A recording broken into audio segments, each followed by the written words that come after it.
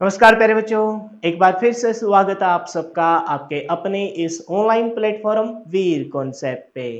कैसे हो आप सब? उम्मीद व आशा करते हैं कि सब स्वस्थ होंगे, मस्त होंगे और अपनी तैयारी को बहुत बेहतरीन तरीके से कर रहे होंगे। हम कर रहे हैं जी इलेक्ट्रिशियन थ्योरी के इस फाउंडेशन बैच में थर्ड और मोस्ट इंपॉर्टेंट मॉड्यूल जिसका नाम है इलेक्ट्रिक मशीन। ऑलरेडी हम एक क्लास ले चुके हैं। हालांकि अब तक हमने कोई भी पर्टिकुलर मशीन को स्टार्ट नहीं किया, लेकिन मैंने आपको बताया था कि इस मॉड्यूल के स्टार्टिंग में हम डीसी मशीन को अच्छे से कवर करेंगे, जिसके तहत आपको डीसी मोटर और डीसी जनरेटर पढ़ाया जाएगा।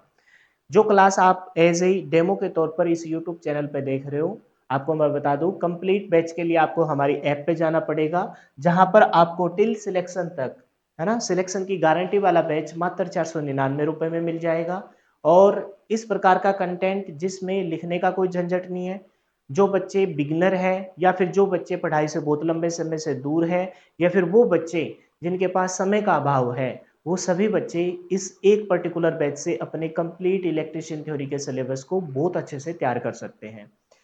थ्योरी को यहाँ से कवर कर लीजिए और साथ साथ मॉक टेस्ट लगाइए। एचएसएससी के पैटर्न के अकॉर्डिंग 50 मॉक टेस्ट मात्र 99 रुपीज में टेस्ट सीरीज वाले सेक्शन में आपको ऐप पे मिल जाएंगे। ऐप का लिंक इस वीडियो के डिस्क्रिप्शन में या प्ले स्टोर से आप डायरेक्ट सर्च कर सकते हो वीर कॉन्सेप्ट। ये यूट्यूब पर जो ये आपको इलेक्ट्रिशियन थ्योरी फाउंडेशन बैच की जो एक प्लेलिस्ट नजर आ रही है, इस प्लेलिस्ट को अपने उन दोस्तों के साथ जरूर शेयर कीजिए जो टेक्निकल एग्जाम की प्रिपरेशन कर रहे हैं। यहाँ हम कोई भी बैच को छुपा के आपके सामने नहीं दे रहे। हमने प्रत्येक जब भी कोई नया चैप्टर स्टार्ट किया है, जब भी कोई मॉड्यूल स्टार्ट किया है, तो उसके स्टार्टिंग के बहुत सारे लेक्चर एज ए डेमो के तौर पर आपको प्रोवाइड करवाए हैं, ताकि बच्चा देख के जज कर पाए कि किस प्रकार का कंटेंट इस बैच में दिया जा रहा है।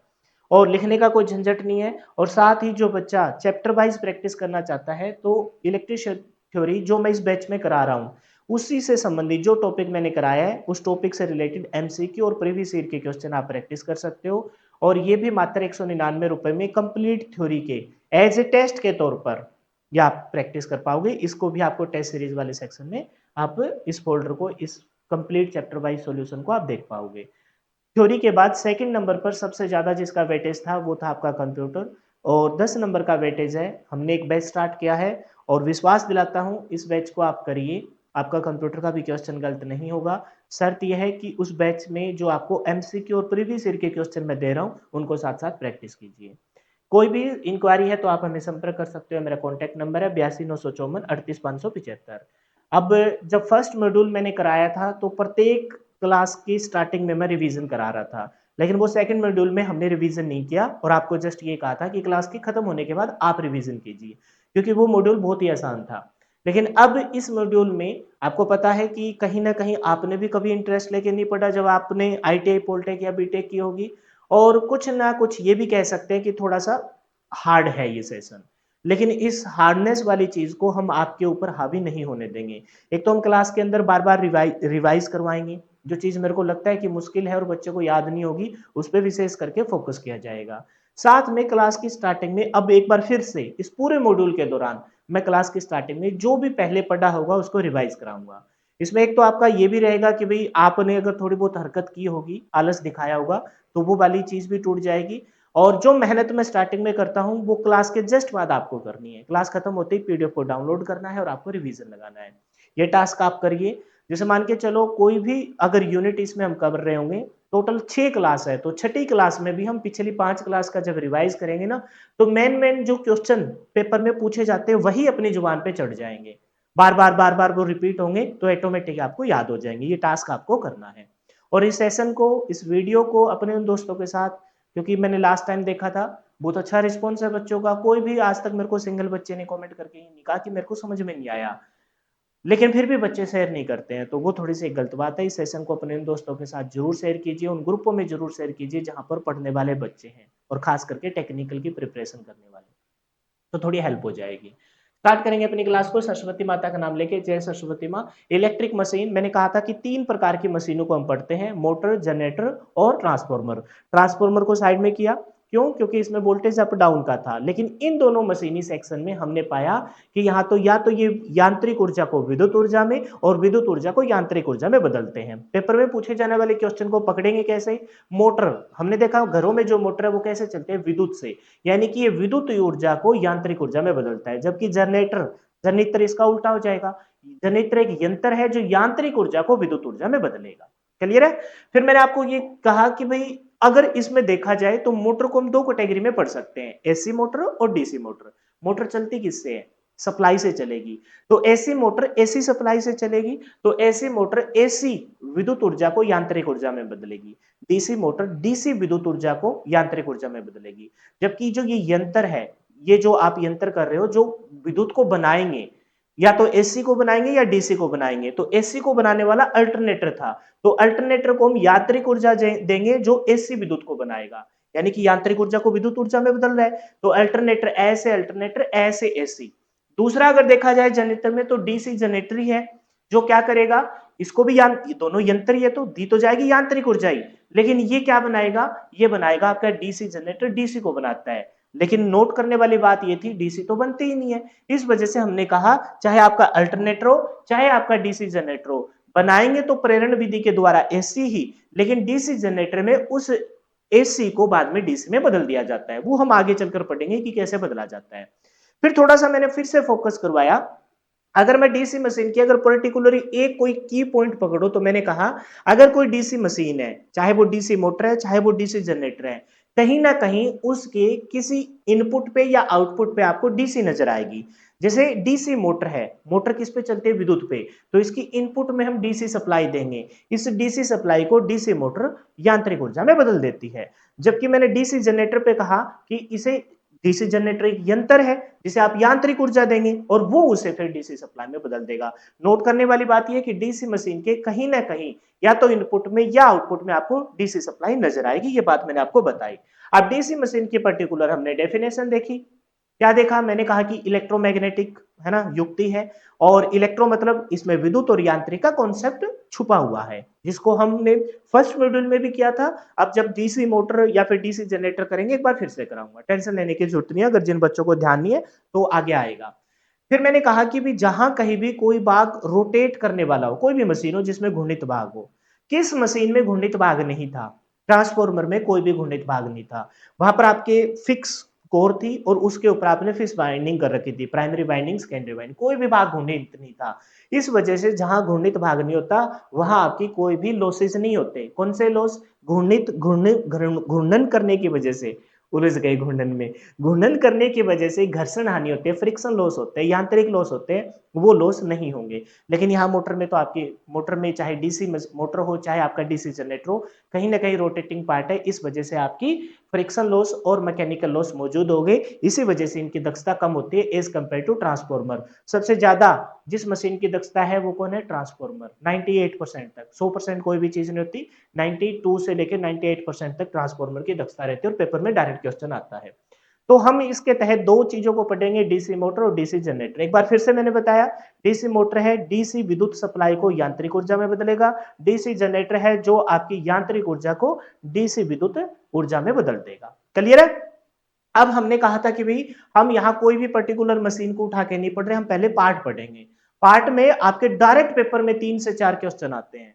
अगर ये 4 से 5 क्लासेस जो मैं आपको प्रोवाइड करवा रहा हूं जिसमें कोई भी मशीनी सेक्शन नहीं कर रहे, तो ये मत सोचना कि एग्जाम पॉइंट ऑफ व्यू से इंपॉर्टेंट नहीं है। प्रत्येक शब्द आपका पेपर में कहीं ना कहीं आया है या आने की संभावना है, तो बहुत ध्यानपूर्वक आप सुनते रहना। पार्ट में हमने बताया कि सबसे पहले हम बाहर वाली एक पार्ट को अच्छे से पढ़ चुके थे, फ्रेम, योक या जिसे बॉडी कहते हैं। इसका प्रयोग हम क्यों करते हैं, हमने कहा कि भाई जितने भी अंदर मटेरियल हो, एक तो उनको यांत्रिक सुरक्षा प्रदान करेगा, इसी पार्टों को हमने स्टार्ट किया था, यांत्रिक सुरक्षा प्रदान करेगा। दूसरी बात हमने ये भी बताया था कि ये आपके जो पोल बनेंगे उन पोलों को बेस प्रदान कर देगा, आधार प्रदान कर देगा। भाई पोल कहीं ना कहीं तो आके रुकेंगे, जैसे ये बोर्ड कहीं तो दीवार पे रुका ही होगा, तो दीवार इस बोर्ड के बेस देते हैं, आधार देती है, आलम देता है, तो वो पोलों को आधार देगा। और जब पोल को आधार देगा तो नॉर्मल सी बात है, पोल के ऊपर बाइंडिंग की जाएगी, वो बाइंडिंग आपके मैग्नेटिक फील्ड बनाएगी। अब जब वो मैग्नेटिक फील्ड, एक बार उसी डायग्राम पे फिर से लेके चलता हूं, आप देखो इस डायग्राम को। ये आपने देखा कि बाहर वाला फ्रेम है जो आपके रिंग आकार का होता है, वर्ले आकार का, सिलेंड्रिकल, खोखले सिलेंड्रिकल शेप होती है ना। आपने देखा कि इसके ऊपर पोल लगाए हुए हैं, पोल के ऊपर बाइंडिंग है, बाइंडिंग में जब कोई भी रीजन रहा होगा मैग्नेटिक फील्ड तो बनेगा, आगे देखेंगे कैसे बनेगा। तो उस जो मैग्नेटिक फील्ड बना, तो वो बाहर मैग्नेटिक फील्ड लाइंस की खास बात ये होती है कि क्लोज लूप बनाती है, तो बाहर की तरफ नॉर्थ से साउथ जाएगी, जबकि अंदर की तरफ साउथ से नॉर्थ जाएगी। तो वो अंदर की तरफ का मतलब क्या है, वो बॉडी फ्रेम योक से बहेगी। समझ गए? इसी वजह से अगर कोई इंपॉर्टेंट टास्क आपसे पूछे कि बताइए इस फ्रेम बॉडी योक के दो इंपॉर्टेंट टास्क क्या है, एक तो पोल को आलम दे, ये तो एक नॉर्मल सी बात हो गई, बाहर वाला कवर है तो अंदर वाले पार्ट को यांत्रिक सुरक्षा देगा, कोई इंपॉर्टेंट बात तो कहेंगे पोल को आलम देगा। और दूसरी इंपॉर्टेंट बात, योग का एक महत्वपूर्ण कार्य यह भी है कि यह मशीन के चुंबकीय फ्लक्स, जो फ्लक्स बनेगी मैग्नेटिक फील्ड लाइन को पथ प्रदान करता है, बिना उसके तो इधर उधर भाग जाएगी। और मैग्नेटिक पोलों के मध्य चुंबकीय क्षेत्र परिपथ पूर्ण करने में भी सहयोग करता है। पूर्ण कैसे? बाहर की तरफ नॉर्थ से साउथ और अंदर की तरफ साउथ से नॉर्थ वो मैग्नेटिक फील्ड लाइन ट्रेवल करेगी। ठीक है? और बाकी चीजें तो यहां ही जाएगी, इसके ऊपर आपके टर्मिनल बॉक्स लगाएंगे, एंड प्लेट है, शाफ्ट है, वो बीरिंग के द्वारा घूमे, ये अलग काम है, ये अलग काम है, इसमें से इंपॉर्टेंट काम मैंने बता ही दिया। अच्छा, छोटी मशीनों में आज की इस क्लास में जब हम पोल पढ़ेंगे तो आप पाओगे पोल, जो अंदर वाले पोल और बाहर वाला फ्रेम दोनों एक ही मटेरियल के बने होते हैं। क्या रीजन है दोनों एक ही मटेरियल के बने होते हैं? क्योंकि जहां पर हम पोलों के ऊपर जो बाइंडिंग करेंगे और उसके बाद मैग्नेटिक फील्ड प्रोड्यूस होगा, वो मैग्नेटिक फील्ड प्रोड्यूस होगा तो कहीं ना कहीं पोल से ट्रेवल करेगा, पोल पोल से ऊपर बाइंडिंग है तो कहीं ना कहीं पोल से भी तो ट्रेवल करेगा।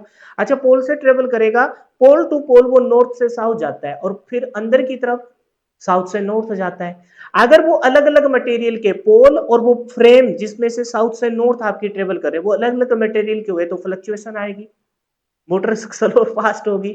इस वजह से आपके पोल और बाहर वाला फ्रेम है वो एक ही चीज के बना दिए जाते हैं। छोटी मशीन में ढलवे लोहे के और बड़ी मशीन में किसके बनाते हैं? कास्ट आयरन, मृदु इस्पात के आपके वो बना दिए जाते हैं। ठीक है? अच्छा, छोटी मशीनों में इतना मैटर नहीं है, बड़ी मशीन को लेके आ रहे हैं तो नॉर्मल सी बात है, हम उसकी दक्षता पर विचार करेंगे। जब भी कोई बड़ा पंडाल वगैरह लगाया जाता है तो सबसे पहले यही सोचा जाता है कि मिसमैनेजमेंट ना हो, ओवरऑल अच्छा हो, क्योंकि बहुत सारे लोग आएंगे, खर्चा थोड़ा ज्यादा ही लगना है, पता है ये भी बड़ा पंडाल है। ठीक उसी प्रकार से बड़ी मशीन है तो इसका मतलब कॉस्ट को साइड में छोड़ा जाएगा। अब मैग्नेटिक फील्ड्स बहुत अच्छे से बने ताकि दक्षता बहुत अच्छी आए, ताकि आपकी स्मूथली मोटर चले। इस वजह से हम ढलवे लोहे की जगह कास्ट आयरन की जगह हम कास्ट स्टील का प्रयोग कर रहे हैं, मृदु इस्तेमाल का प्रयोग कर रहे हैं, तो इसका मतलब उसकी चुंबकशीलता ज्यादा है, डाइलेक्ट्रिक स्ट्रेंथ बहुत अच्छी हो जाएगी, ताकि हम मशीन को एक स्थान से दूसरे स्थान पर कैरी कर सकते हैं। ये बात भी मैंने बताई थी, छोटी मशीनों में तो जरूरत नहीं है, वैसे ही उठा लेंगे। बड़ी मशीन में हम बेड प्लेट या आई होल को बेंड कर देते हैं उस फ्रेम के साथ। अच्छा, जितना फ्लक्स आपका बनेगा उसमें से आधा फ्लक्स तो नॉर्थ से साउथ जाएगा और आधा फ्लक्स साउथ से नॉर्थ जाएगा, अंदर की नॉर्थ से साउथ, साउथ से नॉर्थ। तो वो आधे फ्लक्स को फ्रेम योक या बाहर वाला कवर या बॉडी ढांचा है वो आधे फ्लक्स को बहने में सहयोग करता है। यहां तक हम अच्छे से पढ़ चुके थे। जो बच्चे आज ही क्लास में देख रहे हैं उनको लगेगा सर तो बहुत फास्ट चल रहे हैं, भाई ये पिछला रिवीजन था और उस रिवीजन में हमने उन्हीं पॉइंटों पे फोकस किया है जो एग्जाम में आए हुए हैं या आने की संभावना है। अब यही टास्क आपको करना है, क्लास के जस्ट बाद आपको भी रिवीजन करना है और मैं आपको रिवीजन कराता रहूंगा, पूरा के पूरे थर्ड मॉड्यूल को ऐसे ही अपने टिप्स पे ले आएंगे।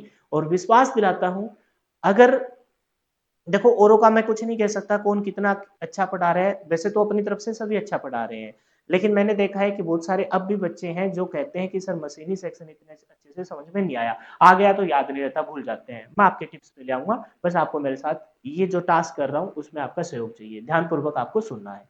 सेकंड पार्ट को पढ़ेंगे फील्ड पोल। एक बार इस डायग्राम पे देखते हुए चलते हैं। आप इस डायग्राम में देखो फील्ड कहाँ है। पहले तो देखो फ्रेम बाहर वाला बता ही दिया मैंने, आई और बेड प्लेट, अंदर की तरफ जाए तो पोल नजर आए।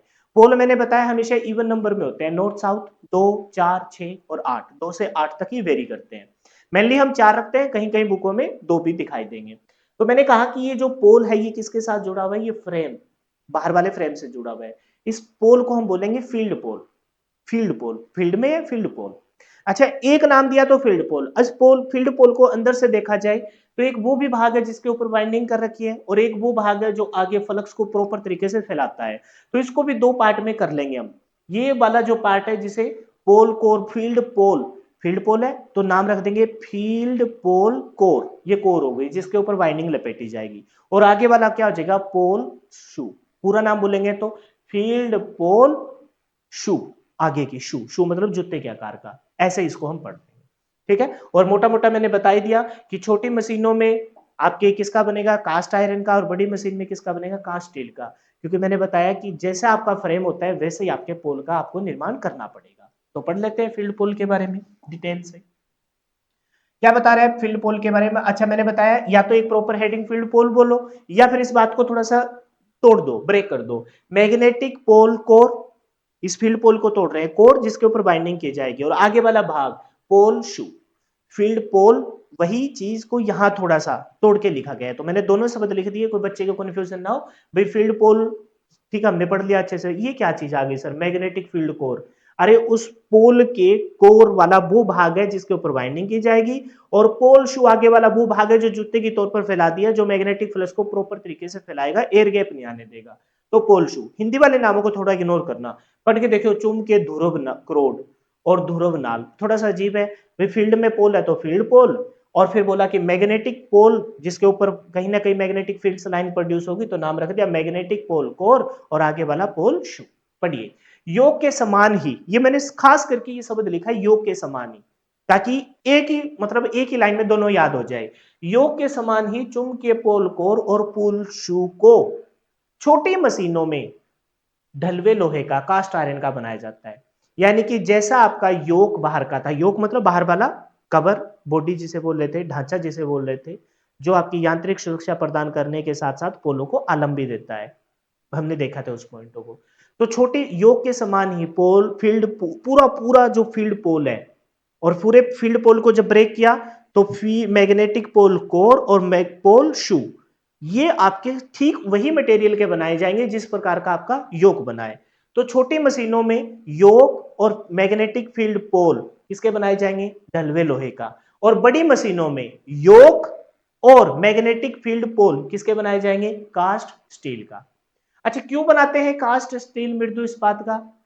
चुंबकशीलता ज्यादा है, रिलेक्टेंस कम है, और डाइलेक्ट्रिक स्ट्रेंथ भी ज्यादा है। ये दो रीजन मैंने आपको बताए थे। अब दूसरा पॉइंट, ये योग वाली इस बात को साइड में छोड़ दो। मैग्नेटिक पोल व पोल कोर को छोटी मशीनों में, छोटी मशीनों में क्या होता है, इतना बड़ा स्ट्रक्चर तो बनाना नहीं होता, छोटी मशीन है, तो हम क्या करते हैं, जैसे योग बना रहे होते हैं ना, उसी दौरान उसी फ्रेम में जो हमने या तो हम छोटी मशीनों में किसका बना रहे हैं? कास्ट आयरन का, तो उसी के साथ आपके हल्के फुल्के पोल बना दिए जाते हैं। दो बना रहे हैं, दो पोल का हो गया, ये चार बना रहे हैं, ठीक है, उसी को ढाल के बना दिया जाता है। लेकिन बड़ी मशीनों में तो प्रॉपर शेप आएगी नहीं, बड़ी मशीन में हम कास्ट आयरन की जगह कास्ट स्टील का यूज कर रहे हैं जिसकी चुंबकशीलता ज्यादा है, तो वहां पर ढाल के नहीं बनाए जा सकते, मतलब फ्रेम के साथ नहीं बना सकते, अलग से बनाने पड़ेंगे। अलग से बनाएंगे तो नॉर्मल सी बात है, छोटी मशीनों में तो कास्ट आयरन के बनते हैं, बड़ी मशीनों में किसके बनाए जाएंगे? कास्ट स्टील के, मृदु इस्पात के बनाए जाएंगे, लेकिन ढाल के नहीं बनाए जाएंगे, अलग से बनेंगे। अलग से बनेंगे तो फिर फ्रेम के साथ जोड़ने भी पड़ेंगे, तो किसके साथ जोड़ेंगे? कोई नेट से जोड़ेंगे, उसी नेट का नाम पूछा जाता है काउंटर स्क्रू। ये पेपर में आया हुआ क्वेश्चन है। तो चुंबकीय पोल और पोल कोर, मतलब मैग्नेटिक पोल कोर और पोल शू दोनों को ही, क्योंकि दोनों एक ही पार्ट है यार, छोटी मशीनों में ढालकर तैयार किए जाते हैं, जबकि बड़ी मशीनों में नेट बोल्ट के साथ संलग्न, संलग्न करना मतलब जोड़ देना, उसके साथ जोड़ देना, जोड़ दिए जाते हैं। उस नेट का नाम पूछा जाता है काउंटर स्क्रू। आपसे पूछा जाएगा बड़ी मशीनों में, थोड़ा सा मैं याद करवाने के सेंस में बोल रहा हूं, आएगा नहीं ये, ऐसे बोला जाएगा, बड़ी मशीनों में पोल मृदु इस्पात के बनाए जाते हैं। ये बात मैंने ऐड किया ताकि तुमको याद हो जाए। छोटी मशीनों में तो कास्ट आयरन के, बड़ी मशीनों में कास्ट स्टील मृदु इस्पात के पोल बनाए जाते हैं। बताइए वो फ्रेम योग के साथ कैसे जोड़े जाएंगे? तो हम कहेंगे नट बोल्ट, लेकिन नट बोल्ट नहीं नाम आएगा, नाम आएगा कौन सा? Counter screw. ये एक नट का नाम है, उसके साथ जोड़ दिए जाते हैं। कहां जोड़े जाएंगे? ये देखो यहाँ, टॉप्ड होल फॉर फिक्सिंग, ये उस फ्रेम के साथ, ऊपर जो फ्रेम है उसके साथ ऐसे जोड़ के कस दिए जाएंगे। क्लियर है? ठीक है, डायग्राम पे मैं वापस आऊंगा, लेकिन एक बार आगे बढ़ते हैं। इसमें आप देखोगे कि भी एक्चुअल में जब ये पोल बना रहे होते हैं, किसका बनेगा? किसका बनाएंगे? बड़ी मशीन में बना रहे हैं, छोटी मशीन में तो ढाल के ही बना रहे थे, किसका बनाएंगे? कास्ट स्टील का। तो कास्ट स्टील की पतली पतली पत्तियां ली जाती है, पत्तियां समझते हो ना, पतली पतली पत्तियां ली जाएगी, और उन पत्तियों को सारों को एक शेप में बनाएंगे, जैसे हमें पोल बनाना है, फिर उसको रिविट कर दिया जाता है। रिविट का मतलब होता है ठोकना। कोई नेट नहीं है। नेट क्यों नहीं है? क्योंकि भी कहीं ना कहीं वो nut time to time loose भी हो सकता है, क्योंकि उसके अंदर रोटर पार्ट घूमेगा, रोटर पार्ट घूमेगा तो थोड़ी बहुत धड़कन तो महसूस होगी ना, कंपन से महसूस होगी, तो वो नेट लूज हो सकता है।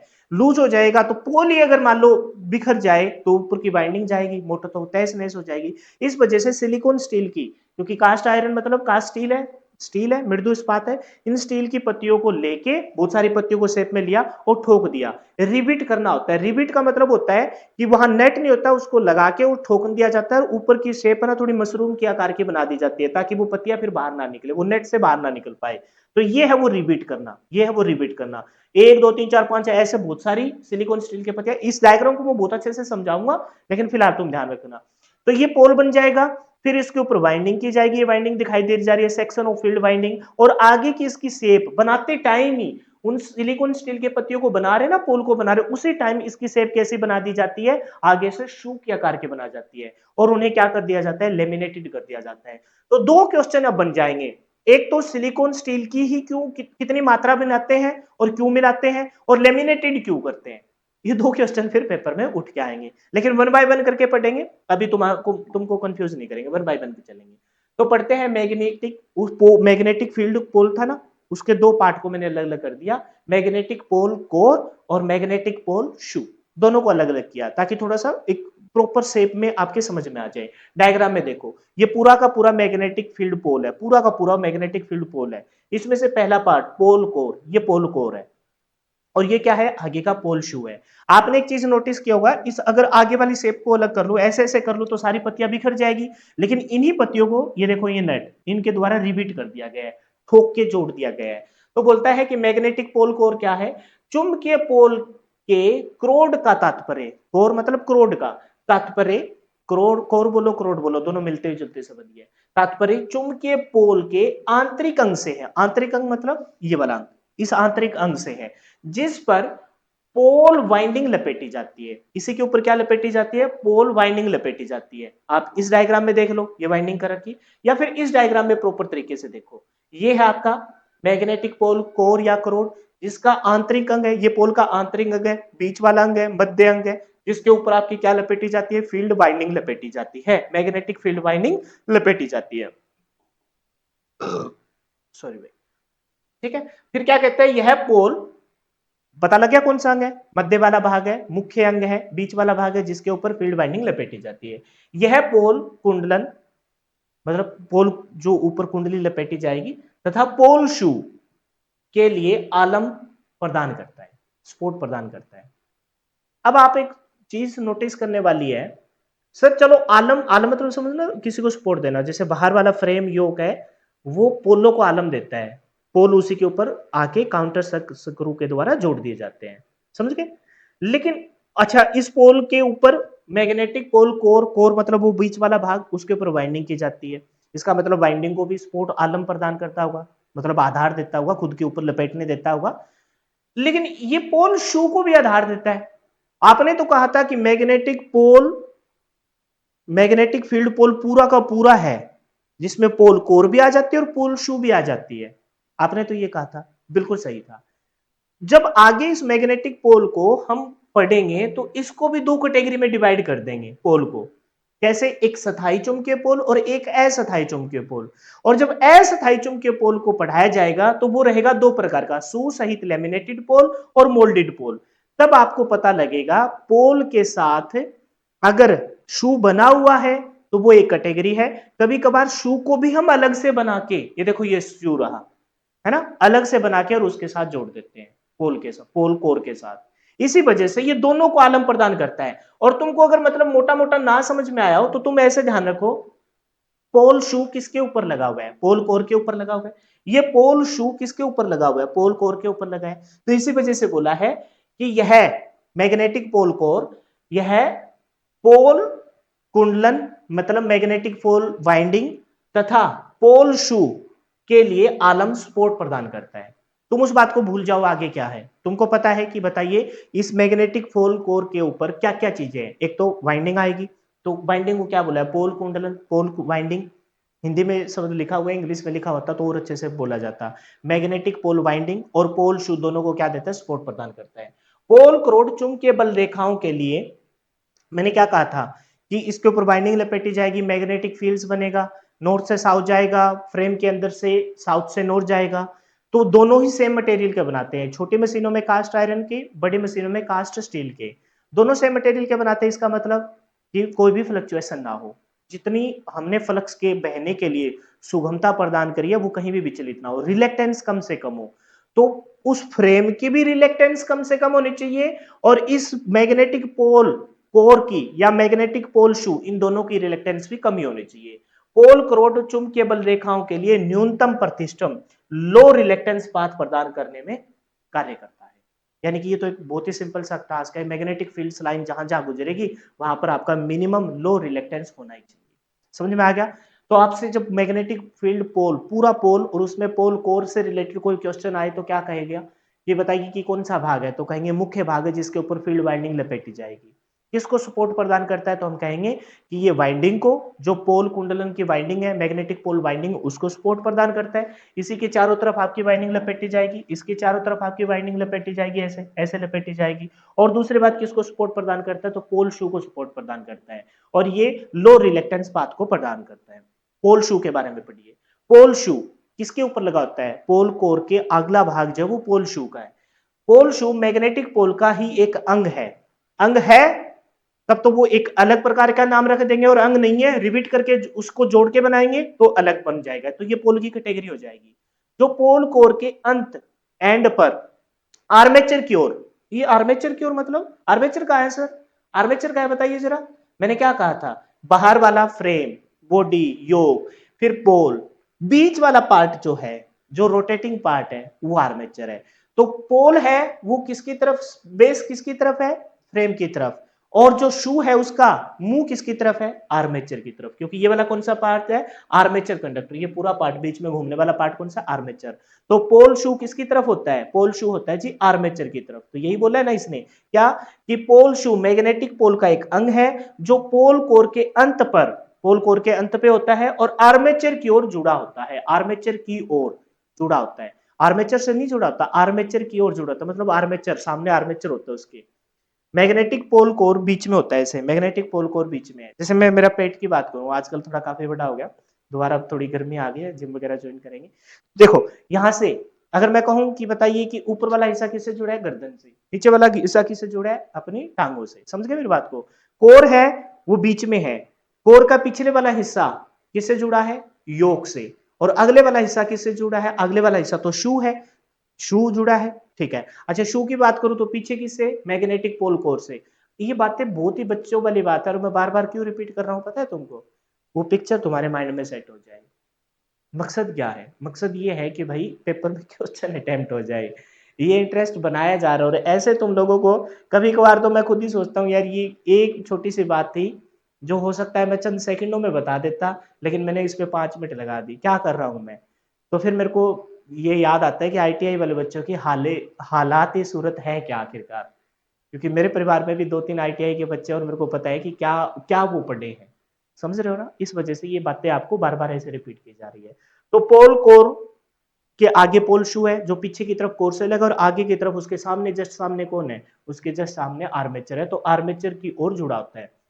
इसे प्राय आर्मेचर से नहीं जुड़ा होता, इसे प्राय इस्पात स्टील की 1 mm से 2 mm मोटी पत्तियों को, है ना, पत्तियों की सहायता से वृत्ताकार, वृत्ताकार मतलब आगे से ऐसी से वृत्ताकार की, वृत्ताकार से इतनी कि आगे से वृत्ताकार अनुप्रस्थ काट का बनाया जाता है।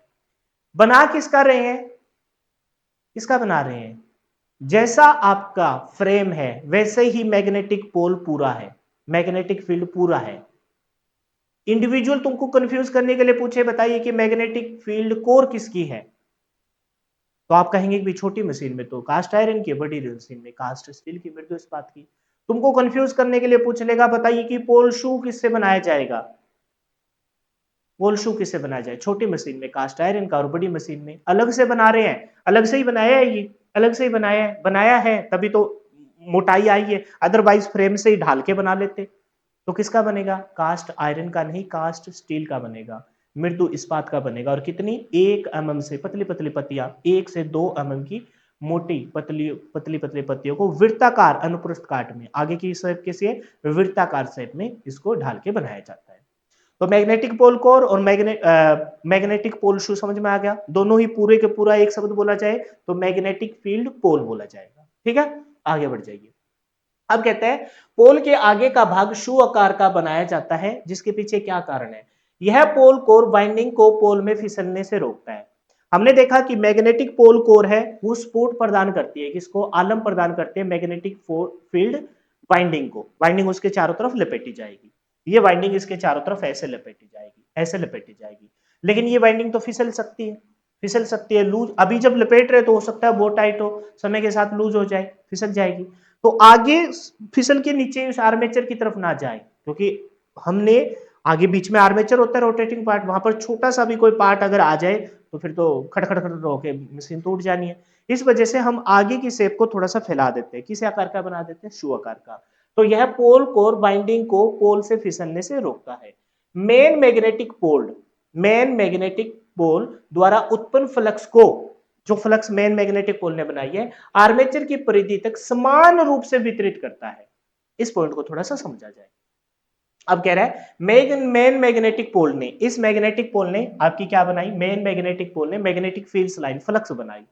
और वो कह रहा है कि अगर मान के चलो ये शेप ऐसे होती, बस इतनी सी ये शेप होती, तो भाई इतनी सी अगर ये शेप होती, ये चोंच ये शू के आकार की ना होती, तो फिर ये गैप ज्यादा नहीं हो जाता, ये गैप यहां से, ये गैप यहां से, ये गैप ज्यादा नहीं हो गया। ये गैप जब ज्यादा होगा तो एक तो एयर गैप आ जाएगा, फ्लक्स नॉर्थ से साउथ प्रॉपर तरीके से जाने में कतराएगी।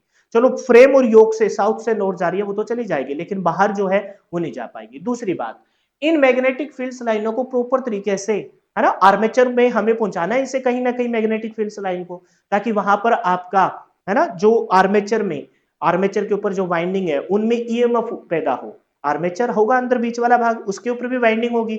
दो प्रकार की वाइंडिंग है जो पढ़ेंगे हम, एक होती है वेव वाइंडिंग, दूसरी लैप वाइंडिंग। उनमें आपकी कहीं ना कहीं प्रेरित विद्युत वाहक बल पैदा करना है। फ्लक्स का मकसद ही क्या होता है, दूसरी वाइंडिंग में प्रेरित विद्युत वाहक बल पैदा करना। और वो परिपूर्ण तरीके से इस पूरे आर्मेचर पे अगर ना फैले तो फिर कहीं स्पीड तेज होगी, कहीं स्लो होगी, झटके लगेंगे मोटर को। इसी वजह से हम क्या चाहते हैं कि ये प्रॉपर तरीके से मैग्नेटिक फील्ड लाइन है ना, वो प्रॉपर तरीके से, है ना, फैले। तो फैलाने के लिए हमने क्या बताया कि क्यों हम इसे शू का आकार का बनाते हैं, एक तो ये कि वाइंडिंग ना फिसले, दूसरा मेन मैग्नेटिक पोल के द्वारा जो फ्लक्स उत्पन्न की गई है, उत्पन्न फ्लक्स को आर्मेचर की परिधि, आर्मेचर जो अंदर वाला पार्ट है उसमें जो परिधि है, आर्मेचर की जो ओवरऑल परिधि है, परिधि समझते हो ना, पूरा सर्कुलर से, उसके प्रत्येक पार्ट पे बराबर ही फ्लक्स पहुंचे, बराबर ही फ्लक्स पहुंचेगी, मैग्नेटिक फील्ड लाइन पहुंचेगी, तो वहां पर जो आर्मेचर के ऊपर जो आर्मेचर वाइंडिंग है उसके अंदर आपका प्रेरित विद्युत भाग बल पैदा हो जाएगा और वो घूमना स्टार्ट कर दे। समझ गए। तो पोल शू का कार्य वायु और दूसरा एक और काम क्या बताया, दो काम आ गए, वाइंडिंग को फिसलने नहीं देता, दूसरा उस फ्लक्स को प्रॉपर तरीके से आर्मेचर की परिधि तक फैलाता है। फिर क्या कहता है, पोल शू का कार्य, जो शू का आकार का हमने बनाया है, वायु अंतराल को, बीच में से एयर गैप को, बीच में से स्पेस कम से कम आने देना, कम करना है, जिससे फ्लक्स के लिए न्यूनतम प्रतिष्ठम, फ्लक्स में हम नहीं चाहते कि बिल्कुल, जैसे धारा में हम नहीं चाहते कि कम से बिल्कुल ना के बराबर प्रतिरोध आए, तो हम फ्लक्स में जैसे धारा का प्रतिरोध होता है, पढ़ाया था मैंने मैग्नेट और मैग्नेटिज्म वाले चैप्टर में, तो यहाँ पर फ्लक्स का प्रतिष्ठम होता है, प्रतिरोध और प्रतिष्ठम एक जैसे है, वो धारा का विरोध करता है, ये फ्लक्स का विरोध करता है।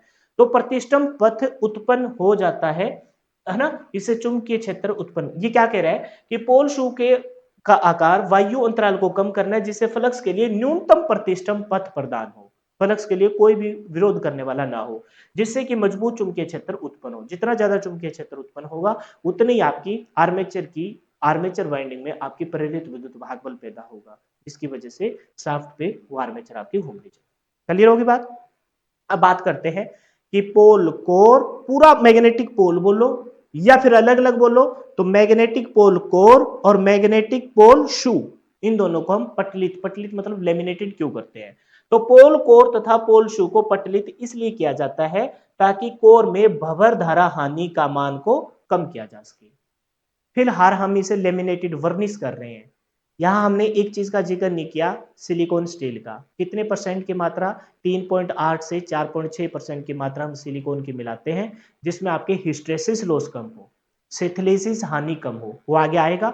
लेकिन फिलहाल मैंने बताया कि पोल कोर, पूरा मैग्नेटिक पोल को ही हम लेमिनेटेड करते हैं। इंडिविजुअल बोलेंगे तो मैग्नेटिक पोल, पोल कोई एक ही थोड़ी ना है, पूरा एक बंद पागे जैसा थोड़ी ना है वो, कि उसके ऊपर एक के ऊपर, अरे हमने तो उसमें पतली पतली पत्तियों से बनाया है, वो किसकी, बड़ी मशीन में है तो मृदु इस्पात का, सिलिकॉन स्टील का बनाया है, स्टील का बनाया है। कास्ट स्टील का बनाया, मृदु इस्पात का बनाया है। पतली पतली पतलियां है, पतलियां बोलो पतिया है, उनको लेमिनेटेड कर देंगे। लेमिनेटेड करने का, वर्निश करना, लेमिनेटेड करने का फायदा क्या होता है कि आपकी कौन सी हानि कम हो, भंवर धारा हानि, एडी करंट लॉसेस क्या हो, कम से कम हो। पेपर में आने वाला डायरेक्ट क्वेश्चन है। कोई भी चीज ऐसी नहीं है जो पेपर में ना पूछी हुई, सारे के सारे क्वेश्चन आपके पेपर में आने वाले हैं। पोल कोर, पोल शू समझ में आ गया। पोल शू, शू के आकार का क्यों बनाया जाता है, जो पोल के ऊपर, मेन मैग्नेटिक पोल कोर के ऊपर जो आपकी पोल वाइंडिंग की है वो फिसले ना। दूसरी बात, प्रॉपर तरीके से मेन पोल ने जो फ्लक्स पैदा किया वो प्रॉपर तरीके से आर्मेचर के ऊपर, परिधि के ऊपर फैल जाए। तीसरा, बीच में जो एयर गैप है वो कम से कम हो ताकि न्यूनतम प्रतिष्ठम पथ प्रदान हो किसको, फ्लक्स को। ठीक है। लेमिनेटेड क्यों करते हैं, भंवर धारा हानि को कम करने के लिए। तो ये हो गया। अच्छा, ये पोर कोर का वो बेन वाला भाग है जिसके ऊपर बाइंडिंग कर रखी है, और इसी को हम क्या देते हैं, वायर एंड्स, फोम्स। ये बस वैसे एक स्पेस खाली पड़ा था, मैंने डायग्राम लगा दिया। अब सुनो मेरी बात को, हम ये जो चीज अब यहां पढ़ रहे हैं ना, ये जो चीज यहां आपको पढ़ाई जा रही है, बस ये इतना सही है। ये वो पार्ट है जो मतलब डेप्थ में जाके क्वेश्चन को उठाता है। समझिए मेरी बात को, वो वाला। अब देखो, जब हमने 99% चीजों को जब सीख लिया होता ना, तो कभी भी 1% के लिए पीछे नहीं हटना चाहिए, या तो तभी हटो जब हमने स्टार्ट किया था। समझ रहे हो मेरी बात को, है तो उसी का पार्ट, और मैं पढ़ाऊंगा भी और तुमको याद भी कराऊंगा। कभी कभार बंदे को ऐसे लगने लग जाता है कि यार ये तो बहुत ही लंबा हो गया ये तो, या फिर ये तो बहुत ही लंबा हमने खींच लिया, जबकि क्वेश्चन तो सिर्फ स्टार्टिंग में से ही आ जाना है। हमने प्रीवियस ईयर के क्वेश्चन देखे हैं, इनमें से भी आए हुए क्वेश्चन है। तो इसी वजह से कह रहा हूं कि 99% तो वहीं से आएगा, 1% में अगर यहीं से आ गया तो तुम्हारा तो एक क्वेश्चन गया ना। समझ रहे हो, मेहनत करते टाइम कतराइए मत, लगे रहिए और तब तक लगे रहिए जब तक आपके हाथ में कोई ज्वाइनिंग लेटर ना हो। समझ रहे हो, मेहनत का। और वैसे भी तुम्हारी मेहनत कब मेहनत काउंट होगी पता है, जिस दिन तुम सिलेक्शन ले लोगे। इससे पहले तुम दिन रात एडी चोटी का जोर लगा लो, पसीना यहाँ से स्टार्ट होके यहाँ से निकलते हुए और एडी तक पहुंच जाए, उस पसीने की कोई भी कीमत नहीं है, क्योंकि तुम्हारे पास सक्सेस नहीं है। समझ रहे हो मेरी बात को। तो इस वजह से कह रहा हूँ, ये मेहनत भी सारी की मेहनत बेकार तब चली जाएगी जब आपका सिलेक्शन नहीं हुआ। तो सिलेक्शन कब होगा, जब एक एक चीज को बहुत अच्छे से कवर करके जाओगे। ठीक है। अच्छा, मैं क्या कह रहा था, एक कहीं मेरे को सिलिकॉन स्टील का वो लिख नहीं रखा, 3.8 से 4.6%, तो मैं वो लिख देता हूँ ताकि वो भी हम ध्यान कर पाए। 1 से 2%। ठीक है, कहाँ लिखे बताइए, स्पेस भी चाहिएगा। लेमिनेटेड करके पत्तियों की सहायता से फुरुस्त काट क्या, कहाँ, चलो कोई बात नहीं, मैं लिख दूंगा, अगली स्लाइड पे लेकर आऊंगा। ठीक है, कि सिलिकॉन की मात्रा कितनी मिलाते हैं। वैसे ये वाली जो बात मैं बोल रहा हूँ ना, ये डीसी मोटर में भी रिपीट होगी और डीसी जनरेटर में भी रिपीट होगी, तो टेंशन लेने की जरूरत नहीं है, याद कर लेंगे। सिलिकॉन स्टील की जो पत्ती है उसमें सिलिकॉन की मात्रा कितनी है, 3.8 से 4.6%। 3.8 से 4.6%। ठीक है। और मोटाई यहाँ बताई रखी है 1 mm से 2 mm। क्या पता आगे आ भी जाए, और क्या पता कोई लिखने का स्पेस होगा तो मैं लिख दूंगा। अब देखो, ये पोल है, जो पोल मैग्नेटिक फील्ड पोल, उस पोल को दो कैटेगरी में डिवाइड किया गया। एक है जी स्थायी चुंबकीय पोल और एक है जी अस्थायी चुंबकीय पोल। फर्क क्या है, बहुत ही सिंपल सा है, आपको एक सेकंड में समझ में आ जाएगा। इसमें चुंबकीय स्थायी मैग्नेटिक पोल है तो चुंबकीय गुण सदैव क्या रहेंगे, नियत स्थायी रहेंगे। अस्थायी चुंबकीय पोल है तो इसमें चुंबकीय गुण नियत नहीं होंगे। अच्छा, स्थायी चुंबकीय पोल है, कहाँ यूज करेंगे स्थायी, कोई चीज जब स्थायी होती है ना तो वो कम ही होती है, अस्थायी चीज बहुत मात्रा में आती है, और जितनी मात्रा में आते है उतनी मात्रा में चली भी जाती है। ये एग्जांपल मैं ऑलरेडी अपने इस बैच में दे भी चुका हूं, आपको ध्यान भी होगा। जैसे पैसा भी देख लो, धीरे धीरे कमाया हुआ पैसा, मेहनत करके कमाया हुआ पैसा आता मुश्किल है, बरकत भी करता है और जाता भी बड़ा मुश्किल है, आपके पास ही रहेगा। 2 नंबरी में कमाया हुआ पैसा, रातों रात कमाया हुआ पैसा जितनी स्पीड से आता है उतनी स्पीड से जाता भी है और कुछ नुकसान करके भी जाते हैं, ये पता भी होगा। तो ये स्थायी चुंबकीय पोल है, नियत रहता है, तो इसका मान कम ही रहेगा। और इस वजह से इसका प्रयोग छोटे आकार वाले डायनेमो व खिलौनों में चुंबकीय क्षेत्र उत्पन्न करने, छोटे छोटे डायनेमो, डायनेमो क्या है वो देखेंगे हम। छोटे छोटे छोटे प्रकार के डायनेमो या खिलौने वाली मोटरों में इसका प्रयोग किया जाता है चुंबकीय क्षेत्र को उत्पन्न। पोल का काम ही क्या है, बाइंडिंग लपेटने के बाद मैग्नेटिक फील्ड्स को, चुंबकीय फील्ड्स, मैग्नेटिक फ्लक्स लाइनों को पैदा करना, मैग्नेटिक फील्ड को बनाना, यही तो काम है। अच्छा, अस्थायी चुंबकीय पोल है, इसका मान नियत नहीं रहता, बहुत ज्यादा में होता हुआ, इस वजह से इसका प्रयोग बड़े आकार वाले डायनेमो एवं डीसी जनरेटर में चुंबकीय क्षेत्र स्थापित करने के लिए प्रयोग में लाया जाता है। अस्थायी चुंबकीय क्षेत्र को दो प्रकार के पोलों के द्वारा रिप्रेजेंट किया जा सकता है। तो अस्थायी चुंबकीय पोल है वो दो प्रकार के होते हैं। एक तो होता है जी आपका कौन सा, एक तो होता है जी आपका क्या, सुसहित लेमिनेटेड पोल, और दूसरा कौन सा है, दूसरा है जी आपका मोल्डेड पोल। तो इन दोनों को हम पढ़ते हैं। सुसहित लेमिनेटेड पोल, सु उसके साथ ही बन के आता है, और दूसरा है जी मोल्डेड पोल, मोल्ड करके हम बनाते हैं, लगाते हैं। समझ में आया। पोल स्थायी, जिसमें कम ही चुंबकीय क्षेत्र हो, नियत हो, और छोटे प्रकार के डायनेमो, छोटे प्रकार के खिलौनों वाली मोटरों में चुंबकीय क्षेत्र पैदा करने के लिए पोल का प्रयोग करते हैं।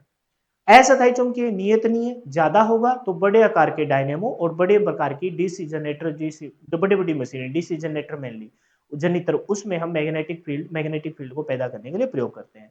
सुसहित लेमिनेटेड पोल और मोल्डेड पोल अस्थायी विद्युत चुंबकीय पोल के प्रकार है। तो सबसे पहले देखते हैं सुसहित लेमिनेटेड पोल। आ जाओ सर। सुसहित लेमिनेटेड पोल, एक मिनट रुकना भाई। हाँ, तो हम क्या कह रहे थे कि ये दो प्रकार के पोल होता है, नाम से भी आप आइडिया लगा सकते हो। स्थायी विद्युत चुंबकीय पोल, अस्थायी विद्युत चुंबकीय पोल है वो सुसहित लेमिनेटेड पोल, मतलब पोल है वो सु के साथ ही बनाया जाएगा, पोल को और सु को अलग अलग नहीं बनाएंगे। जैसे हमने छोटी मशीनों में फ्रेम बनाया, उसी के साथ पोल बना दिए, मोल्डेड पोल, और जब बड़ी मशीन बनाई तो फ्रेम को अलग बनाया और पोल को अलग बनाया, और फिर काउंटर स्क्रू के साथ उन्हें संचित कर दिया, जोड़ दिया। तो यही बात बताई है कि ये अस्थायी विद्युत चुंबकीय पोल, सु सहित लेमिनेटेड पोल, पोल और सु दोनों एक साथ, और दूसरा है मोल्डेड पोल, पोल को तो मोल्डेड किया है फ्रेम के साथ, लेकिन बाद में सु को रिबीट करेंगे। बस पढ़ लेते हैं, और कुछ दम ही नहीं है इसमें। तो सु सहित laminated pole, laminated pole with shoe सहित, तो कहता है कि इस प्रकार के पोलों में पोल तथा पोल सु, पोल तथा पोल सु मतलब मैग्नेटिक पोल कोर और पोल शू एक ही साथ लेमिनेटेड कास्ट स्टील अथवा एनिमल्ड स्टील से बनाए जाते हैं। कास्ट स्टील से ही बनाते हैं, छोटी मशीनों में कास्ट आयरन और बड़ी मशीनों में कास्ट स्टील से बनाए जाते हैं। पोल मैग्नेटिक पोल कोर और पोल शू दोनों को एक साथ बना रहे हैं, और हमें अब अगर ये पढ़ाना होता तो हमें यही लगता कि भाई दोनों को एक ही साथ बनाते होंगे, लेकिन आप पढ़ रहे हैं कि अस्थायी विद्युत चुंबकीय पोल है, उसमें सु सहित लेमिनेटेड पोल को ही हम इकट्ठा बनाते हैं, दूसरे को हम अलग अलग बनाएंगे। तो इन पर पोल फील्ड क्या कहता है, फोल्ड बाइंडिंग स्थापित करके इन्हें बोल्ट्स के द्वारा योक पर कस दिया जाता है, तथा बड़ी मशीनों में प्राय इसी प्रकार के पोलों का प्रयोग किया जाता है। इस पे बाइंडिंग लगाएंगे और स्क्रू, कौन सा स्क्रू पेपर में पूछा जाता है, काउंटर स्क्रू के साथ योक के ऊपर कस दिया जाता है। मोल्डेड पोल को पढ़ो। इस प्रकार के पोल योक के साथ मोल्डेड द्वारा बनाए जाते हैं, मतलब योक के साथ पोल तो हमने बना लिया, पोल तो बन जाएगा, लेकिन इतना काम कहां होगा भाई, जब हम स्ट्रक्चर बना रहे होंगे, बाहर वाला फ्रेम बना रहे होंगे, पोल तो चलो ठीक है, उस बनाने वाले मतलब जो भी है बनाने वाला, उस इंजीनियर ने बना दिया पोल को, लेकिन आगे से फिर शेप भी बनाना प्रॉपर थोड़ा मुश्किल हो जाता है। इसलिए इस प्रकार के पोल योक के साथ ही मोल्डेड द्वारा बनाए जाते हैं। ये पोल प्राय कास्ट आयरन, क्योंकि कास्ट आयरन के ही पोल योक के साथ बनते हैं, कास्ट स्टील यानी कि मृदु इस्पात के पोलों को तो अलग से बनाया जाता है। पोल के ऊपर फील्ड बाइंडिंग स्थापित करेंगे करके एक लेमिनेटेड पोल शू, ये रहा लेमिनेटेड पोल शू, ठीक है, पेचों के द्वारा कस दिया जाता है। ये लेमिनेटेड पोल शू इसके साथ, इसके मैग्नेटिक पोल कोर जो मोल्डेड है, जो फ्रेम के साथ बना उसके साथ कस दिया जाता है। आई बात समझ में। ये कह रहा है कि भाई अगर आपका शू सहित लेमिनेटेड पोल है, इसका मतलब उसमें मैग्नेटिक पोल कोर और पोल शू दोनों इकट्ठे ही बने हैं। पहले बनाएंगे, सिलिकॉन स्टील की पत्तियों को रिपीट करके बनाएंगे, उसके ऊपर बाइंडिंग लगाएंगे और काउंटर स्क्रू के साथ पोल योक के साथ कस दिए जाएंगे। जबकि मोल्डेड पोल है, सबसे पहले हम बाहर वाला फ्रेम बनाएंगे, उसी दौरान पोलों को बना लेंगे। बन गए पोल, ठीक है, बहुत बढ़िया। तो फ्रेम के साथ बने हैं, फ्रेम के साथ बनने वाले पोल किसके बनते हैं, कास्ट आयरन के। किसके बने होते हैं, कास्ट आयरन के, कास्ट स्टील के नहीं बनाते, कास्ट आयरन के बनते हैं, क्योंकि ये छोटी मशीनों में ऐसा होता है, बड़ी मशीनों में इसका प्रयोग करते हैं, छोटी मशीनों में इसका जो मोल्डेड पोल है। फिर क्या कहा, फिर उसके ऊपर बाइंडिंग कर दी जाएगी, और फिर बाइंडिंग फिसले ना, या फिर magnetic fields lines, magnetic flux जो मेन मैग्नेटिक पोल के द्वारा प्रोड्यूस किया गया है वो आर्मेचर के ऊपर प्रॉपर तरीके से फैले। और दूसरी बात, पोलों के बीच में एयर गैप कम हो, इस वजह से आगे शू की शेप तो जोड़नी पड़ेगी। तो इस वजह से क्या कहा है कि पोल के ऊपर फील्ड बाइंडिंग स्थापित करने के बाद एक लेमिनेटेड पोल शू पेचों के द्वारा कस दिया जाता है, छोटी मशीनों में प्राय, क्योंकि बड़ी मशीनों में ही हम पोल को अलग से लेके आते हैं। छोटी मशीनों में हम पोल को मोल्डेड करके बना लेते हैं और साथ में फिर कास्ट आयरन का ही बना लेते हैं, काम चला लेते हैं। ठीक है, छोटी मशीनों में प्राय इसी प्रकार के पोलों का निर्माण किया जाता है। अब मैं तुमसे पूछूं, बताइए कि छोटी मशीनों में शू सहित लेमिनेटेड पोल का प्रयोग करते हैं या मोल्डेड पोल का? क्लियर है बात? छोटी मशीनों में मोल्डेड पोल का ही प्रयोग करते हैं, पोल मोल्डेड करके बनाए जाते हैं, शू को रिपीट कर दिया जाता है। किसका बना होता है? छोटी मशीनों में, चाहे बाहर वाले योक की बात करूं और चाहे मैं मैग्नेटिक पोल की बात करूं, पोल तो योक के साथ ही बन जाता है, और चाहे मैं बात करूं किसकी, पोल शू की, किसके बनाएंगे? कास्ट आयरन का। ठीक है, और फिर बड़ी मशीनों में किसका बनाएंगे? बड़ी मशीनों में कास्ट स्टील का, सिलिकॉन स्टील की पत्तियों को रिपीट करके बनाया जाता है। एक से वो देखा था मैंने, 1 से 2 mm की पतली पतली पत्तियों को। सिलिकॉन की मात्रा 3.8 से 4.6%। और वर्निश क्यों करते हैं? वर्निश यानी कि लेमिनेटेड क्यों करते हैं? ताकि भंवर हानि धाना कम हो। और सिलिकॉन की मात्रा क्यों बनाते हैं? ताकि हिस्ट्रेसिस लॉसेस कम हो। पोलों की संख्या मिनिमम 2, मैक्सिमम 8। नॉर्थ पोल और साउथ पोल हमेशा पेयर में चलेंगे, तो हम बोल सकते हैं क्या कि पोलों की संख्या less than, greater than, equal to, है ना, 2 और लेस देन इक्वल टू 8 होगी। बताइए क्या ये मैंने सही लिखा है क्या? पोलों की संख्या हमेशा 2 से ज्यादा या 2 के बराबर, और क्या बताया मैंने, और 8 से बराबर या 8 से कम होगी। 8 के बराबर या 8 से क्या होगी? कम होगी। क्या इसमें कोई समस्या? बताइए, इसमें कोई समस्या? सिंपल सी बात थी। एक मिनट रुक जाइए, थोड़ा सा हाईलाइट कर, ये लीजिए। पोलों की संख्या 2 से ज्यादा या 2 के बराबर या 8 से कम या 8 के बराबर होगी। पोल की अपेक्षा पोल शू आकार में लगभग दुगना रखा जाता है। पोल शू है वो आगे से आकार पोल कोर से लगभग क्या रखा जाता है? दुगना रखा जाता है। ठीक है भाई, आगे बढ़ जाए तो दो पार्ट बहुत अच्छे से समझ लीजिए और यकीन मानिए 2 क्वेश्चन आपके गिरफ्त में है। तीसरा पार्ट स्टार्ट करते हैं। चुंबकीय ध्रुव कुंडलन यानी कि मैग्नेटिक पोल वाइंडिंग किसके ऊपर होगी? मैग्नेटिक पोल वाइंडिंग है, फील्ड नहीं, पोल वाइंडिंग। फील्ड भी वाइंडिंग बोल सकते हो, पोल वाइंडिंग है। किसके ऊपर होगी? उस मैग्नेटिक पोल के ऊपर होगी। पोल के कौन से भाग के ऊपर होगी? कोर पे होगी। कौन उसको फिसलने नहीं देगा? पोल शू से फिसलने नहीं देगा। मैग्नेटिक पोल वाइंडिंग को कौन आलम प्रोवाइड करेगा? वही पोल का कोर वाला भाग उसे आलम प्रोवाइड करेगा। फील्ड वाइंडिंग के नाम से भी जानते हैं।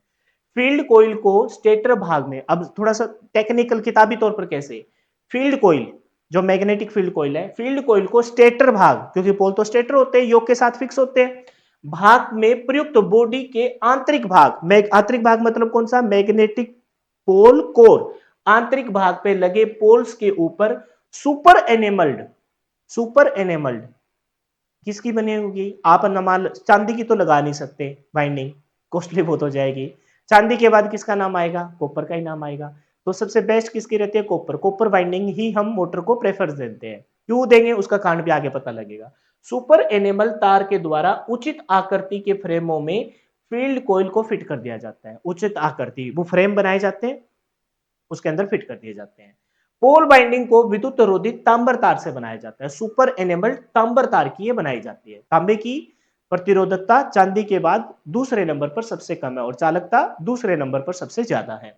फील्ड कोइल को रोके रखने के लिए का कार्य लेमिनेटेड पोल शू के द्वारा किया जाता है। चुंबकीय क्षेत्र कुंडलन फील्ड कोइल का आकार एवं वृत्तों की संख्या विद्युत मशीन की कार्य व क्षमता पर निर्भर करती है। कितने वृत्त, उसकी कितनी वाइंडिंग हम करें, वो उसकी कार्य व क्षमता पर निर्भर करती है। अब एक बार थोड़ा सा डायग्राम को देख लीजिए। ये थोड़ा सा डायग्राम घुमा दिया गया है। कितने पोल नजर आ रहे हैं? 4। बाहर वाला क्या है? स्टील योक। अंदर क्या नजर आए? पोल। ये क्या है? ये पोल। ये क्या है? पोल है। ये क्या है जी? पोल है। ये पोल है। ठीक है, इन पोल्स के ऊपर कौन सी बाइंडिंग है? Field binding. इसी फील्ड बाइंडिंग का यहां जिक्र किया जा रहा है। तो फील्ड बाइंडिंग देख लीजिए, सीरीज में जोड़ रहे हैं या समांतर में जोड़ रहे हैं, वो डिपेंड करता है। सीरीज समांतर दोनों में जुड़ जाती है। फिर ये बात यहां बताई गई है स्पेशली, अगर सीरीज फील्ड वाइंडिंग है, सीरीज समांतर समझते हो ना, सीरीज में किसका मान समान रहता है, धारा का मान समान रहता है, और समांतर में किसका, वोल्टेज का मान समान रहता है। तो बाइंडिंग के अलग अलग प्रकार हो जाएंगे, सीरीज, समांतर और मिश्रित, जिसमें सीरीज और समांतर दोनों हो। सीरीज फील्ड बाइंडिंग में प्रतिरोध घटाने के लिए, प्रतिरोध कब घटेगा, गला दर्द करने लगा, प्रतिरोध कब घटेगा, जब तार क्या हो, मोटा हो।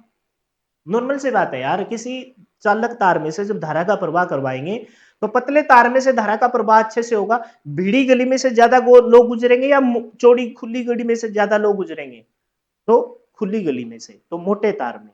तो कह रहा है कि सीरीज फील्ड वाइंडिंग में प्रतिरोध, क्योंकि धारा का मान एक समान होता है, धारा का मान एक समान होगा तो प्रतिरोध के मान को कम करना चाहेंगे। प्रतिरोध घटाने के लिए मोटे तारों का प्रयोग किया जाता है, तथा जब मोटे तार होंगे तो भी स्पेस तो लिमिटेड सही है, पतले तार हो तो बहुत ज्यादा टर्न आ सकते हैं। मोटे तार हो, जैसे मान के चलो कि भाई एक सूटकेस है आपके पास, छोटे छोटे बच्चों के कपड़े हैं, बहुत सारे आ जाएंगे, वो बड़ों के कपड़े हैं तो कम ही आएंगे। तो मोटे तार है तो टर्नों की संख्या क्या हो जाएगी, कम हो जाएगी। तो सीरीज फील्ड वाइंडिंग में प्रतिरोध घटाने के लिए मोटे तार का प्रयोग किया जाता है, तथा इसमें वृत्तों की संख्या कम कर दी जाती है। ये किसके ऊपर बाइंडिंग की जा रही है, उन मैग्नेटिक पोल कोर के ऊपर बाइंडिंग की जा रही है, जिसे फील्ड बाइंडिंग के नाम से, मैग्नेटिक पोल बाइंडिंग या फील्ड बाइंडिंग के नाम से जाना जाते हैं। अगर वो सीरीज प्रकार की है तो उसमें प्रतिरोध को कम करने के लिए मोटे तारों का और कम वृत्तों का प्रयोग किया जाता है। संट फील्ड वाइंडिंग में प्रतिरोध बढ़ाने के लिए, अब तुम्हारे माइंड में क्वेश्चन तो यही आता होगा ना कि सर सीरीज में प्रतिरोध घटाना और सर्ट में प्रतिरोध बढ़ाना, इसका कारण क्या है। इसका कारण तुमको आगे चल के पता लगेगा, लेकिन तुमको इतना तो आइडिया है ना कि सीरीज में धारा का मान एक समान होता है और संट में, मतलब समांतर में, वोल्टेज का मान एक समान होता है। वहां से एक लिंक निकलेगा, वहां से एक लिंक निकलेगा, लेकिन ध्यान रखेंगे, याद ही कर लेंगे, आगे मैं बताऊंगा भी कि सीरीज में प्रतिरोध का मान कम करना होता है और संट में प्रतिरोध का मान बढ़ाना होता है। प्रतिरोध का मान बढ़ाना है संट में, इसका मतलब मोटे तार की जगह पतले तार का, बढ़ाने के लिए पतले तार का प्रयोग किया जाता है, तथा वृत्तों, पतले तार है तो वृत्तों की संख्या बढ़ जाएगी। दोनों कोइल, चाहे सीरीज की हो चाहे संट वाली हो, दोनों फील्ड कोइल पर आर्म टेप, ये एक टेप का नाम है, आर्म टेप। जैसे हम अपने पावर हाउस में बहुत सारी आर्म टेप को, ट्रांसफॉर्मर के जो लो टेंशन से हाई टेंशन की जो केबल जा रही होती है ब्रुश के ऊपर, उस पे ना इस आर्म टेप को लपेट देते हैं। आर्म टेप या कॉटन टेप, मेनली हम आर्म टेप का यूज करते हैं, कॉटन टेप का प्रयोग कर सकते हो, कि टेपिंग करने के पश्चात इसे एक पोल के ऊपर फिट कर दिया जाता है। क्यों करते हैं ऐसा, कट वगैरह ना लगे यार, बस नॉर्मल सी बात है, टेपिंग कर दी जाती है आर्म टेप या कॉटन टेप से। फिर कहता है कि दोनों प्रकार की, अच्छा दोनों प्रकार को मिक्स करके बना दे तो कंपाउंड बाइंडिंग, सीरीज तथा संग दोनों प्रकार की बाइंडिंग को मिलाकर बनाया जाता है। चुंबकीय ध्रुव कुंडलन, मैग्नेटिक फील्ड्स बाइंडिंग को उत्तेजन बाइंडिंग के नाम से भी जाना जाता है, ये थोड़ा सा ध्यान रख लेना। क्यों क्यों क्यों भाई उत्तेजन बाइंडिंग के नाम से, क्योंकि इन्हीं को हम, ध्यान से देखो इस डायग्राम में, इसी को हम क्या दे रहे हैं, इसी को हम पावर सप्लाई दे रहे हैं, प्लस माइनस। और प्लस माइनस किस में होता है, डीसी के अंदर, और डीसी उत्तेजन प्रणाली के बाइंडिंग के नाम से भी इसे जाना जाता है। चुंबकीय ध्रुव कुंडलन को उत्तेजन कुंडलन से भी कहते हैं, अर्थात इसके उत्तेजना के लिए हम दिष्ट धारा प्रभावित की जाती है। तो आया नहीं है, आने की संभावना है कि पूछ लिया जाएगा कौन सी वाइंडिंग, आर्मेचर वाइंडिंग या फील्ड वाइंडिंग को उत्तेजन वाइंडिंग के नाम से भी उत्तेजित होती है, उत्तेजित वाइंडिंग से भी नाम से जाना जाता है। तो ध्यान रखेंगे, मैग्नेटिक फील्ड पोल के ऊपर जो बाइंडिंग की गई है वो फील्ड बाइंडिंग है, और उसी को हम उत्तेजित वाइंडिंग के नाम से भी जानते हैं, क्योंकि उसे उत्तेजित करने के लिए हम डीसी सप्लाई से जोड़ते हैं। नोट करने वाली बात, मशीन ये काम का है, आगे आएगा, लेकिन यहां बता दिया गया, याद हो तो ठीक है, नहीं तो आगे पढ़ लेंगे। मशीन का क्रिस्टलीय प्रतिरोध फील्ड बाइंडिंग से संबंधित है।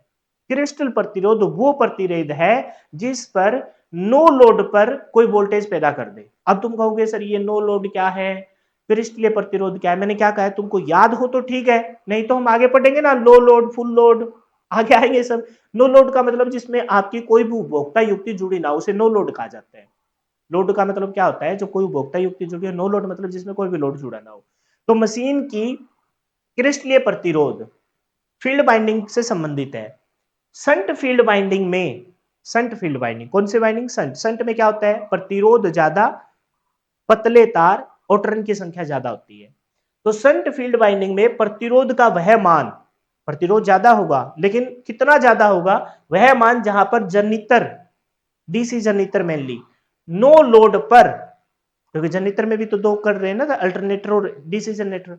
तो कह रहा है कि संट फील्ड वाइंडिंग में प्रतिरोध का वह मान जिस पर जनरेटर नो लोड, जब कोई भी लोड कनेक्ट ना हो, नो लोड पर वोल्टेज उत्पन्न करने में सक्षम हो। मतलब उस प्रतिरोध का मान इतना, संट में हमें पता है प्रतिरोध का मान ज्यादा होता है, तो प्रतिरोध का मान इतना ज्यादा एक लिमिट तक ही हो, और उस लिमिट को हम बोलते हैं क्रिस्टल प्रतिरोध, उतने तक ही जाए जिस पर कोई भी आपका जनरेटर नो लोड पर वोल्टेज पैदा कर सके। अगर इस क्रिस्टल प्रतिरोध से मान अगर ज्यादा हो जाता है तो वो वोल्टेज पैदा नहीं कर पाएगा, ये बताना चाहता है, लेकिन तुमको कम ही समझ में आएगा। और जो थोड़ा जिसका स्ट्रॉन्ग है टेक्निकल, उनको समझ में आ गया होगा। जैसे मान के चलो एक क्रिस्टल एंगल होता है, टोटल इंटरनल रिफ्लेक्शन में पढ़ते हैं ना कि इतने एंगल से जब मान ज्यादा होगा तो वो आवर्तित किरण उधरी उसी मीडियम में मुड़ जाएगी। तो क्रिस्टल प्रतिरोध है ना, वो प्रतिरोध है जिसपे संट वाइंडिंग का वो प्रतिरोध है जिसमें आपका कोई भी जनरेटर नो लोड पर वोल्टेज पैदा करने में सक्षम हो, अर्थात इस मान से अधिक मान पर फील्ड प्रतिरोध के सापेक्ष जनरेटर मूल रूप से वोल्टेज उत्पन्न नहीं कर पाएगा। अगर क्रिस्टल प्रतिरोध से प्रतिरोध ज्यादा हो जाता है तो उस पर नो लोड पर भी जनरेटर कोई भी वोल्टेज पैदा करने में सक्सेसफुल नहीं होगा। क्लियर है भाई? तो मैंने क्या बताया, चुंबकीय ध्रुव कुंडलन यानी कि जिसे मैग्नेटिक पोल बाइंडिंग या फील्ड बाइंडिंग कहते हैं, किसके ऊपर होती है? इन पोल के ऊपर होती है। किसके बने होते हैं? सुपर एनिमल्ड कॉपर के तारों का बनाते हैं। ठीक है, आगे शू होता है जो इसे होल्ड करके रखता है। इसके चक्रों की संख्या, मोटे पतले तारों की संख्या डिपेंड करता है कौन सी बाइंडिंग कर रहे हैं। सीरीज फील्ड बाइंडिंग में मोटे तार है तो कम टर्न होंगे और प्रतिरोध को कम रखा जाएगा। संट में प्रतिरोध ज्यादा होता है तो पतले तार और वर्तों की संख्या, वर्त मतलब टर्नों की संख्या बढ़ा देंगे। कंपाउंड में दोनों होते हैं। फिर एक बात और बताई, यहां पर मैंने इसी फील्ड वाइंडिंग को उत्तेजित वाइंडिंग के नाम से जानते हैं क्योंकि इसे डीसी सप्लाई देके उत्तेजित की जाती है। क्रिस्टल प्रतिरोध वाला अगर ठीक है, समझ में आ रहा है, तो क्रिस्टल प्रतिरोध संट वाइंडिंग के अंदर वो प्रतिरोध है जिसपे नो लोड पर कोई भी जनरेटर है वो आपका वोल्टेज पैदा करने में सक्सेसफुल हो। अब आते हैं जी आर्मेचर कोर, और आर्मेचर कोर के बाद हम देखेंगे आर्मेचर कोर वाइंडिंग। आज की इस क्लास में मेरे ख्याल से आर्मेचर कोर को तो हम फिनिश कर लेते हैं। मैं चाहता हूं घंटा सवा घंटा, घंटा सवा घंटा, इससे ज्यादा लेक्चर ना हो। अगर इससे ज्यादा हो गए तो मेरे को पता है क्या समस्या आप फेस करोगे। तो मोटा मोटा हम आर्मेचर कोर के बारे में पढ़ लेते हैं। आसान है, कोई मुश्किल नहीं है, बहुत ही आसान है। अब जब इंटरेस्ट बनना लग जाए ना तो सारी चीजें आसान लगने भी लग जाएगी। नेक्स्ट है जी फोर्थ पार्ट आर्मेचर कोर। बाहर वाली चीजों को फिनिश कर चुके हम, तुमको पता लगा क्या? बाहर जो चीजें थे उनको फिनिश कर चुके। एक बार उस डायग्राम पे लेके चलता हूं मैं आपको। बाहर वाली चीजों को हम फिनिश कर चुके हैं। बाहर वाली कौन था? बाहर वाला फ्रेम था। अब ये नहीं फिनिश किया सर, आईओल बेड प्लेट क्या था, ये फालतू की बातें हैं। बाहर वाली चीजों में फ्रेम को अच्छे से पूछ फिनिश कर चुके, जो बन सकता है क्वेश्चन। इस पोल को, पोल के अंदर पोल कोर को, पोल शू को, और फील्ड वाइंडिंग यानी कि मैग्नेटिक पोल वाइंडिंग को फिनिश कर चुके। अंदर की तरफ आ रहे आर्मेचर। अंदर आते ही किसको दिखाई देंगे? आर्मेचर। फिर आर्मेचर पर की गई बाइंडिंग, फिर इसके ऊपर कम्यूटेटर, कम्यूटेटर खंड, बहुत सारी चीजें आएगी अंदर। लेकिन उनमें से बाहर वाली चीजों को हम फिनिश कर चुके। अंदर वाली चीजों में से सबसे मोस्ट इंपॉर्टेंट है वो है जी आर्मेचर कोर। डीसी मशीनों का आर्मेचर कोर एक घूमने वाला, आर्मेचर कोर को ही रोटर बोला जाएगा। आर्मेचर कोर को ही क्या बोला जाएगा? रोटर। किस नाम से जाना जाएगा? रोटर। आर्मेचर कोर को ही क्या बोला जाएगा? रोटर। यानी कि ये आपका स्टेटर पार्ट नहीं है, ये आपका रोटर, घूमने वाला भाग है। आर्मेचर कोर क्या आपका? घूमने वाला भाग है। कैसे लिख दिया उर्दू में? घूमने वाला भाग है, ठीक है, घूर्णित भाग है।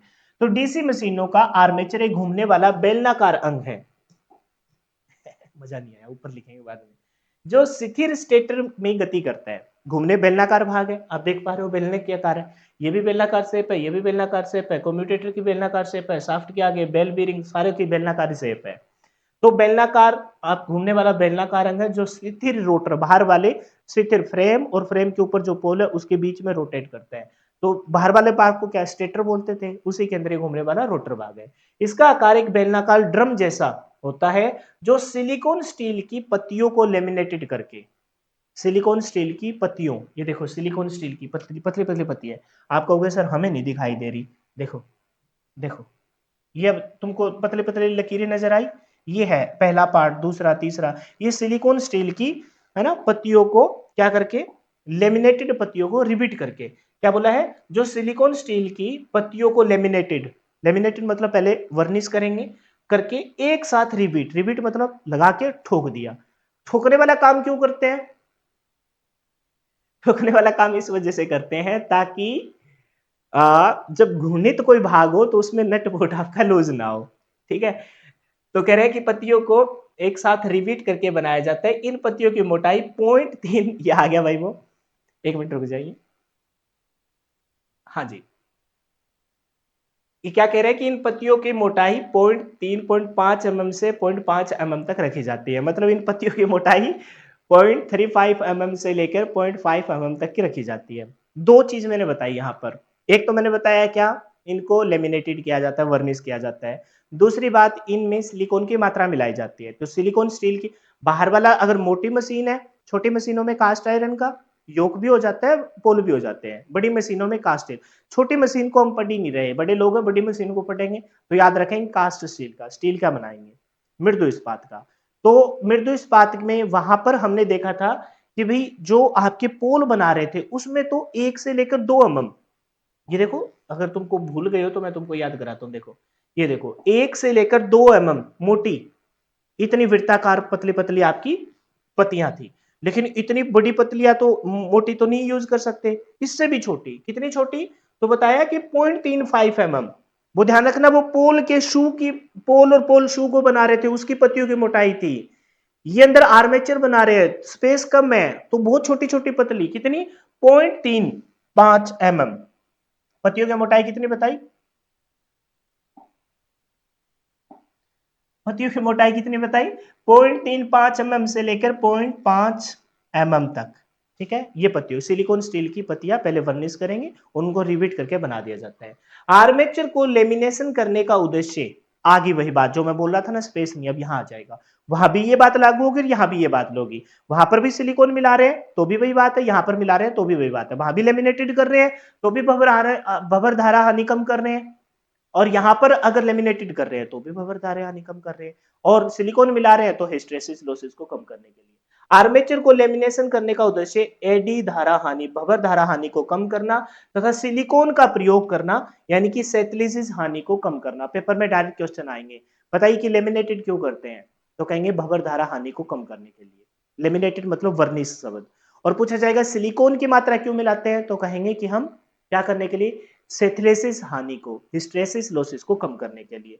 तो सिलिकॉन की मात्रा पूछी जाती है तो वो रहेगी 3 मेरे को पहले मिला नहीं था ये पर्टिकुलर शब्द, अब मिल गया, ठीक है। तो अब लिख देते हैं फिर, कितने, 3.8, क्या हो गया रे, 3.8% से 4.6%, किसकी मात्रा मिलाते हैं, सिलिकॉन की मात्रा मिलाते हैं। किसकी मात्रा मिलाते हैं, सिलिकॉन की मात्रा मिलाते हैं, ठीक है भाई। तो कह रहे हैं कि प्रत्येक लेमिनेटेड पट्टियों के मध्य, अब लेमिनेटेड पट्टी आपको दिखाई दे रही है कि मध्य माइका प्रतिरोधी वर्निश परत चढ़ाई जाती है। ये एक्स्ट्रा पॉइंट है, नहीं पूछा जाता, लेकिन पढ़ लीजिए। प्रत्येक जो लेमिनेटेड पत्ती है ना, उनके बीच में माइका, माइका के फीचर्स तुमको पता है क्या काम करता है, क्यों लिया जाता है। तो माइका प्रतिरोधी वर्निश परत चढ़ाई जाती है, जबकि आर्मेचर कोर, ये जो आर्मेचर कोर है ना, इनके बीच में रेखीय प्रभाव आर्मेचर शीतलन बनाने के लिए प्रयोग किया जाता है। ये एक्स्ट्रा पॉइंट है भाई, इन पत्तियों के बीच में ना माइका की सीट लगा देते हैं। माइका का बेनिफिट क्या होता है, हीट वगैरह को ट्रेवल नहीं करने देता है, ऐसे समझ लीजिए। या फिर ये समझिए कि भाई यहाँ पर इन पत्तियों के बीच में विद्युत धारा, माइका के अंदर जो फीचर्स है वो फीचर यहाँ पर लेके जाएंगे, नहीं पूछा जाता। माइका सीट, ये एक्स्ट्रा पॉइंट है। लेकिन इनके बीच में जो थोड़ा गैप रखा जाता है, वो गैप क्यों रखा जाता है, क्योंकि ये घूमने वाला भाग है, घूमने वाला भाग है तो फ्रिक्शन लॉस होगा, घर्षण हानि होगी, मैकेनिकल लॉसेस होंगे। इस वजह से वहां पर हीट प्रोड्यूस होगी, घर्षित कोई भाग टकराते हैं, हीट तो प्रोड्यूस होती है। तो वहां पर इस वजह से रेखीय प्रसार, रेखीय प्रसार मतलब हवा को फैल जाने के लिए शीतल बनाने हेतु भी इसका प्रयोग किया जाता है। काम का क्या था, बेलनाकार भाग है, घूमने वाला भाग है, स्टेटर के अंदर घूमने वाला भाग यही होता है। किसका बनाया जाएगा, सिलिकॉन स्टील की पत्तियों को पहले वर्निश करेंगे और फिर उसको रिपीट करके बना दिया जाता है। पत्तियों की मोटाई 0.35 से लेकर 0.5 mm तक। सिलिकॉन कितना मिलाते हैं, तो कहेंगे 3.8 से 4%। अच्छा, वर्निश क्यों करते हैं, भंवर धारा हानि को कम करने के लिए। अच्छा, सिलिकॉन क्यों मिलाते हैं, तो कहेंगे सेथलेसिस हानि को कम करने के लिए, ठीक है भाई। देख लीजिए, ये आपके laminated soft iron magnetic core, ये आपके कोर दिखाई दे रही है, सॉफ्ट है, इसके अंदर आपकी वाइंडिंग आगे कल की क्लास में देखेंगे हम। तीन प्रकार की वाइंडिंग, दो प्रकार की मेनली हम देखे थे, लेप और वेव। ये कम्यूटेटर हो गया, जिससे ये देखो ये ब्रुश हो गए जुड़े हुए, इन्हीं ब्रुशों से फिर हम सप्लाई को बाहर ले लेंगे। साफ्ट है, ये बाल बीरिंग है जो उसके ऊपर घूमने में सहायता करेगी। आर्मेचर ड्रम में, आर्मेचर ड्रम में जो ड्रम है, आर्मेचर कोयल को स्थापित करने के लिए स्लॉट कटे होते हैं। अब आर्मेचर बाइंडिंग को नहीं पढ़ा रहा मैं, लेकिन उस आर्मेचर के खंड को पढ़ा रहा हूं जिसमें स्लॉट कटे हुए। क्यों स्लॉट काटे हैं? ताकि बाइंडिंग फिक्स हो जाए। तो स्लॉट मुख्यतः निम्न तीन प्रकार के, भूत काम का, ये पेपर में सीधा सीधा क्वेश्चन आता है। इनमें से कौन सा आर्मे स्लॉट का प्रयोग करें ताकि रिलेक्टेंस कम से कम हो, ऐसे क्वेश्चन बन जाएगा, ताकि लीकेज कम से कम हो। तो नाम से ही पता लग जाएगा। देखो सुन, पहला है खुले स्लॉट। खुले स्लॉट में ये खुले स्लॉट पड़े हैं, इनमें बाइंडिंग बहुत आसानी से फिट की जा सकती है। जो जितने आसानी से फिट की जा सकते हैं उतनी आसानी से निकल भी सकती है। नॉर्मल सी बात है। ये स्लॉट है उस आर्मेचर के ऊपर जिसके ऊपर बाइंडिंग की जाएगी। जैसे पोल कोर के ऊपर, मैग्नेटिक पोल कोर के ऊपर हमने बाइंडिंग लपेटी थी, फील्ड बाइंडिंग, ठीक उसी प्रकार से आर्मेचर के ऊपर भी बाइंडिंग लपेटी जाएगी। ये आर्मेचर रहा, इसके देखो अंदर बाइंडिंग भरी पड़ी है, लपेटी जाएगी। तो ऊपर वाले स्लॉट है, स्लॉट के माध्यम से अंदर बाइंडिंग फिट की जाएगी। जैसे ये स्लॉट है, इस स्लॉट में ओपन स्लॉट है, ये तीन प्रकार के स्लॉट है, ओपन, प्योरली ओपन, खुले स्लॉट, फिर अर्ध ओपन और फिर क्लोज। तो ओपन स्लॉट में वाइंडिंग फिट करना तो आसान है, इसके अंदर से वाइंडिंग डाली, जैसे ये दिखाई दे रहा है ना तुमको, इनको खोल के ये ऐसे बाइंडिंग फिट की गई हो, बाद में इनके ऊपर वो लगा दिया, माइका की शीट लगा दी गई होगी। तो इनमें बाइंडिंग फिट करना आसान है। तो जितना आसान है उतनी बाइंडिंग बाहर भी तो निकल सकती है ना, निकल सकती है। दूसरी बात, जो ऊपर से ओपन है उसमें लीकेज वगैरह भी होगी। बस यही पॉइंट पकड़ने, तुमको नाम से पकड़ लेना। तो खुले slot, open slot use in AC machine, open slot है ना एसी मशीन में प्रयोग किए जाते हैं, और क्लोज और सेमी क्लोज डीसी मशीन में प्रयोग किए जाते हैं। एक तो ये पकड़ लो, ओपन स्लॉट किसमें? एसी मशीन में। सर एसी मशीन तो पढ़ ही नहीं रहे, तो स्लॉट तो पढ़ रहे हैं ना, ऐसी मशीन में फिर से ना करने पड़े। वहां मैं आर्मेचर पढ़ाऊंगा और आर्मेचर में वो कटे हुए भाग जिसके ऊपर बाइंडिंग की जाएगी उन्हें स्लॉट कहते हैं, वहां पर मैं नहीं पढ़ाऊंगा। उस वाले चीज को यही कर लेंगे। तो वहां पर एसी मशीन में कौन से स्लॉट का प्रयोग करेंगे? ओपन स्लॉट का। इसका ओपन स्लॉट का वाइंडिंग, इसमें वाइंडिंग करना कैसी होगी? तो वाइंडिंग करना इसमें इजी होगा। इंग्लिश के शब्द है, परेशान मत होना, तुमको एक सेकंड में समझ में आ रहे होंगे। मैंने कहा वाइंडिंग, बताइए इसमें वाइंडिंग करना इजी होगा या मुश्किल होगा? आसान होगा या मुश्किल? तो हम कहेंगे आसान होगा। अच्छा, जिसमें वाइंडिंग करना आसान है, क्यों? क्योंकि वो ऊपर से ओपन है। ओपन है तो इसका मतलब हमने शेप कुछ ऐसे दे रखे कि मैग्नेटिक फील्ड्स लाइनें बाहर भी निकलेंगी ना, ईएमएफ जो पैदा हुआ, इस वजह से इसमें रिलेक्टेंस, रिलेक्टेंस क्या होता है? फ्लक्स के रास्ते में बाधा पैदा करना, वो क्या होगी? ज्यादा होगी। तो रिलेक्टेंस इसमें क्या होगी? हाई। प्रतिष्ठम का मान क्या होगा? इसमें ज्यादा होगा। लीकेज भी, प्रतिष्ठम का मान ज्यादा है, इसका मतलब लीकेज भी ज्यादा है। और इसमें कूलिंग बहुत आसानी से हो जाएगी। क्यों? क्योंकि ये ओपन स्लॉट है, रेखीय प्रसार बहुत आसानी से होगा। रेखीय प्रसार बहुत आसानी से होगा तो ठंडी बहुत इजीली से हो जाएगी। तो तीन प्रकार के स्लॉट पड़ रहे हैं। स्लॉट क्या है? आर्मेचर ड्रम में आर्मेचर कोयल, आर्मेचर वाइंडिंग को स्थापित करने के लिए कुछ कट लगाए जाते हैं, स्लॉट बनाए जाते हैं, कट लगाए जाते हैं, उसे हम स्लॉट कहते हैं। पहला स्लॉट है open slot. Open slot AC मशीनों में प्रयोग किया जाता है। इसमें बाइंडिंग करना आसान है, लेकिन प्रतिरोध, प्रतिष्ठम का मान और लीकेज का मान ज्यादा होगा, जबकि इसमें कूलिंग बहुत आसानी से हो जाएगी। इस स्लॉट की चौड़ाई समान रहती है, प्रत्येक जगह स्लॉट की समान, ये ऐसे नहीं कि ये समान है, ये वाली कह रहे हैं कि समान रहती है, ये मानी समान रहती है। समझ गए? ये है वो स्लॉट जिसके मान, देखो पढ़ के देखो, स्टेक, स्टेक स्लॉट, ये स्लॉट है, और स्टेक्स टूथ, ये टूथ है, इसे स्लॉट बोलते हैं। ये वाला जो पार्ट है ना, इसे स्लॉट कहते हैं। ये जो हटा के इसके अंदर आपकी बाइंडिंग फिट की जाती है, जब बाइंडिंग फिट हो जाती है तो दोबारा से इनको बंद कर दिया जाता है ताकि वो बाइंडिंग आपकी बाहर ना आए। ये देखो, ये पेपर, माइका की ये पेपर, इनको खींच के, ये लेमिनेटेड पेपर है, इनको खींच के निकाल के फिर बाइंडिंग इनके अंदर सेट की जाती है। मोटा मोटा समझ में आया? कोई ऐसी चीज जो तुमको समझ में ना आई हो? क्लियर है? अब देखिए, फिर कह रहे हैं अर्धबंद slot, semi close slot. Semi closed है, मतलब कि थोड़ा सा बाइंडिंग करना तो मुश्किल हो जाएगा, लेकिन उतना ही फायदा है। मुश्किल है तो फिर बाइंडिंग बाहर भी नहीं निकलेगी इतनी इजीली।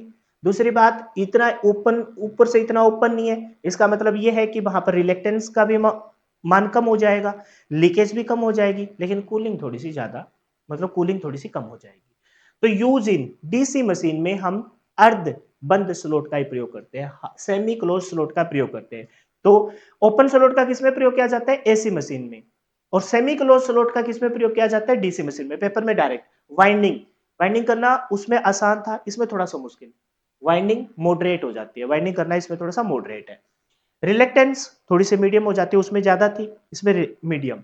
लीकेज इसमें थोड़ा सा कम हो जाता है, लेकिन कूलिंग इसमें मीडियम। कूलिंग इतनी अच्छे से नहीं होगी क्योंकि ये ओपन नहीं है, ऊपर से ऐसे रहते हैं। उसमें देखा आपने, ये देखो जितना गैप यहां पर है उतना ही गैप यहां पर है, तो ये एक समान थे। लेकिन यहां से देखो यहां गैप ज्यादा है, जबकि ऊपर की तरफ आएंगे तो इनको ऐसे हमने कट करके बना रखा है। ये देखो ये सेमी क्लोज्ड है, ये सेमी क्लोज्ड है। अगर ये क्लोज्ड होता तो ऊपर से बंद होता, अगर ये क्लोज्ड होता तो समझ में आ जाएगा, तो ऊपर से बंद होता, ये क्लोज्ड है। समझ गए? अब स्लॉट का पता लग गया। इन्हीं के अंदर क्या फिट की जाती है, इन्हीं के अंदर आपकी वाइंडिंग, कौन सी वाइंडिंग, आर्मेचर है तो आर्मेचर वाइंडिंग फिट की जाएगी। तो ये सेमी क्लोज्ड है, सेमी क्लोज्ड है तो इसका मतलब वाइंडिंग करना थोड़ा सा मुश्किल हो जाएगा, प्रतिष्ठम का मान थोड़ा सा कम हो जाएगा, लीकेज का मान थोड़ा सा कम हो जाएगा, और कूलिंग थोड़ी सी कम होगी, मतलब थोड़ी सी हीट इसमें ज्यादा प्रोड्यूस होगी। अच्छा इसके बारे में पढ़िए, इस प्रकार के स्लॉट की चौड़ाई शीर्ष पे कम होती है, इस प्रकार के स्लॉट की चौड़ाई शीर्ष पे कम होती है। अच्छा ये बता देखो, ये देखो प्रॉपर ये सिलिकॉन स्टील की पत्तियां हैं, 0.35 से लेकर 0.5 mm की। इन सबको ऐसे ऐसे पतली पतली पत्तियों को सबको रिपीट करके बनाया गया है, वर्निश करिए और फिर इनको रिपीट करके बनाया गया है। और इसमें की शेप कुछ ऐसे बनाई कि सेमी ओपन स्लॉट दिखाई दे रहे हैं, सेमी ओपन, इन्हीं के अंदर आपकी वाइंडिंग फिट की जाएगी। ये वाला जो भाग है इसके अंदर साफ्ट होगी, बीरिंग के साथ इसके अंदर साफ्ट घूमेगी, और साफ्ट के साथ ये आपका रोटर पार्ट है ये आपका घूमेगा। तो ये यहां से साफ्ट निकलेगी, यहां से साफ्ट निकलेगी, लेकिन ये दिखाई देगी। ये देखो लेमिनेशन है, ये कोर के बोल्ट्स है आगे की तरफ वाले, ये की होल्स है जिसमें से साफ्ट आपकी निकलेगी, और ये आपके स्लॉट है। इन्हीं स्लॉट में आपका जिक्र किया जा रहा है। सबसे पहले open slot, semi close slot, और तीसरा और लास्ट स्लॉट है जिसे आप क्लोज स्लॉट कहते हो। क्लोज स्लॉट ऐसे होता है। इस प्रकार के स्लॉट छिद्र का आकार के होते हैं, छिद्र के आकार के होते हैं, छिद्र, है ना। इसके अंदर वाइंडिंग करना कितना मुश्किल होगा, बहुत मुश्किल होगा। लेकिन जितना मुश्किल है उतना ही मुश्किल फिर हो जाएगा कि भी इसको निकलने, वो मतलब इसमें बाहर नहीं निकलेगी बाइंडिंग, प्रॉपर तरीके से फिट हो जाएगी। लेकिन बाइंडिंग में कोई गड़बड़ी हो गई तो भाई इसकी मरम्मत करना बहुत मुश्किल हो जाएगा, क्योंकि फिर निकालना और फिर से डालना बहुत मुश्किल हो जाएगा। फायदा बताओ इसका क्या हो सकता है, इसमें रिलेक्टेंस मिनिमम से मिनिमम होगा, क्योंकि क्लोज स्लॉट है। क्लोज स्लॉट है तो आपका बंद प्रकार का चुंबकीय पथ बहुत इजीली बन जाएगा, मैक्सिमम फ्लक्स इंक्रीज होगी। तो इस प्रकार के स्लॉट छिद्र के आकार के होते हैं, और इनमें सीधे ही आर्मेचर कॉइल नहीं फंसाई जा सकती, अपितु इन्हें छिद्र में वाइंडिंग करना पड़ता है। मुश्किल वाइंडिंग किसके अंदर होती है, बंद स्लॉट के अंदर होती है। क्या use in small DC machine, छोटी प्रकार की डीसी मशीन, क्योंकि वहां पर बहुत ही कम बाइंडिंग करनी पड़ेगी। बड़ी प्रकार की डीसी मशीन में हम चाहते हैं कि रिलेक्टेंस का मान कम से कम हो, लेकिन क्लोज स्लॉट तो हम बंद प्रकार की बड़ी प्रकार की डीसी मशीन में नहीं कर सकते, क्योंकि वहां पर बहुत ज्यादा बाइंडिंग करनी पड़ रही है। इस वजह से हम सेमी क्लोज लेते हैं, लेकिन छोटी डीसी मशीनों में थोड़े से ही बाइंडिंग से काम चल जाता है। तो क्लोज स्लॉट में भी हम बाइंडिंग तारों को खींच खींच के कर लेते हैं, थोड़ा टाइम लगता है लेकिन कर लेते हैं। वाइंडिंग वाइंडिंग बहुत ज्यादा हार्ड है इसमें।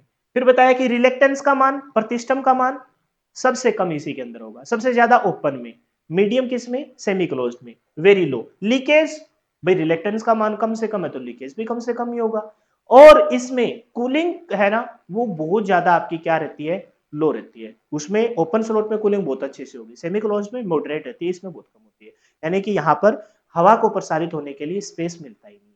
तो ये तीन प्रकार के स्लॉट थे, और ये इस प्रकार से, ये कौन सी स्लॉट दिखाई दे रहा है आपको, सेमी ओपन, सेमी क्लोज, क्योंकि देखो यहां पर देखो थोड़ा सा स्पेस है जिसमें से ये वाइंडिंग बाहर ना निकले, ये सेमी क्लोज्ड है। लेकिन ये बताया गया है कि इस प्रकार के आपके तीन प्रकार के स्लॉट रहते हैं।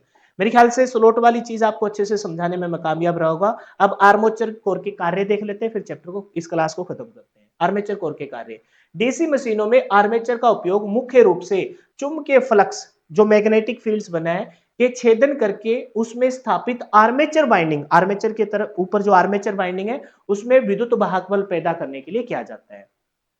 मेन टास्क क्या है अपना, मेन टास्क ये है कि सबसे पहले हमने जो पोल के ऊपर फील्ड वाइंडिंग की थी उसे हम डीसी किसे उत्तेजित करेंगे, उत्तेजित करेंगे तो उसमें मैग्नेटिक फील्ड बन जाएगा। मैग्नेटिक फील्ड्स लाइन आर्मेचर में लगी आर्मेचर वाइंडिंग को काटेगी, और काटेगी तो वहां पर प्रेरित विद्युत वाहक बल पैदा हो जाएगा। तो डीसी मशीनों में आर्मेचर का उपयोग मुख्य रूप से चुंबकीय फ्लक्स, वो फ्लक्स बनाए, जब घूमेगा वो रोटेटेड करेगा, छेदन छेदन मतलब काटना करके उसमें स्थापित आर्मेचर वाइंडिंग में प्रेरित विद्युत वाहक बल उत्पन्न करने का मुख्य काम रहता है। दूसरा, आर्मेचर का काम क्या है, आर्मेचर कुंडली को अपने खांचों में स्थापित करने के लिए सहारा प्रदान करता है। उस आर्मेचर के ऊपर ही आपके स्लॉट बने होते हैं, खांचे बने होते हैं और उसमें आर्मेचर वाइंडिंग स्थापित हो जाती है। एक काम तो वो है कि आर्मेचर घूमेगा तो आपका प्रेरित विद्युत वाहक बल आपकी वाइंडिंग में, आर्मेचर वाइंडिंग में पैदा हो जाएगा। तो ये आर्मेचर का ही काम हुआ। दूसरी बात, आर्मेचर के ऊपर ही स्लॉट होते हैं जिसके ऊपर वाइंडिंग फिट की जाती है। आर्मेचर कोर मैग्नेटिक फ्लक्स को अति न्यूनतम, जहां भी आपकी मैग्नेटिक फील्ड लाइंस बन रही है वहां पर आपका मटेरियल ऐसा ही होना चाहिए जो आपकी रिलेक्टेंस कम से कम हो, चाहे वो योक हो, चाहे आपके पोल हो, चाहे आपका आर्मेचर हो। तो आर्मेचर कोर मैग्नेटिक फ्लक्स के को अति न्यूनतम प्रतिष्ठम पथ प्रदान करता है। आर्मेचर को डीसी मशीन की शाफ्ट से कस दिया जाता है, बीच में जो मैंने बताया था कस दिया जाता है, और शाफ्ट को बीरिंग की सहायता से बॉडी पर स्थापित कर दिया जाता है। बॉडी से ही निकलती है लास्ट में शाफ्ट आपकी। यह चालकों को शाफ्ट के साथ साथ घूर्णन गति प्रदान करता है। जो चालक है ऊपर उनको घूर्णन गति प्रदान करता है। होप सो आपने इंजॉय किया होगा और मैंने आपको बच्चों की तरह समझाया। इसके पीछे एक ही मकसद था कि भाई ये आपका बहुत बेहतरीन तरीके से तैयार हो और ऐसे तैयार हो कि भाई पलट के ना देखना पड़े, एक सिंगल क्वेश्चन में आपका गलत ना हो। कंप्लीट बैच के लिए आपको हमारी ऐप पे जाना पड़ेगा, मात्र 499 रुपए में टिल सिलेक्शन तक आपको बैच मिल जाएगा। फिलहाल के लिए इतना ही। इस वीडियो को अपने उन दोस्तों के साथ जरूर शेयर कीजिए जो टेक्निकल एग्जाम की प्रिपरेशन कर रहे हैं। गर्मी होने लग गई, ठीक है, तो अब थोड़ा सा काम भी खींच के लेना पड़ेगा। बस आप लोगों का सहयोग चाहिए। अपने इस परिवार को, अपनी इस फैमिली को ज़्यादा से ज़्यादा फैलाइए, बढ़ाइए और परिवार नियोजन में सहयोग कीजिए। फिलहाल के लिए इतना ही। जय हिंद, जय भारत। मिलते हैं नेक्स्ट वीडियो में। Bye bye, take care and wish you all the best for your upcoming exam.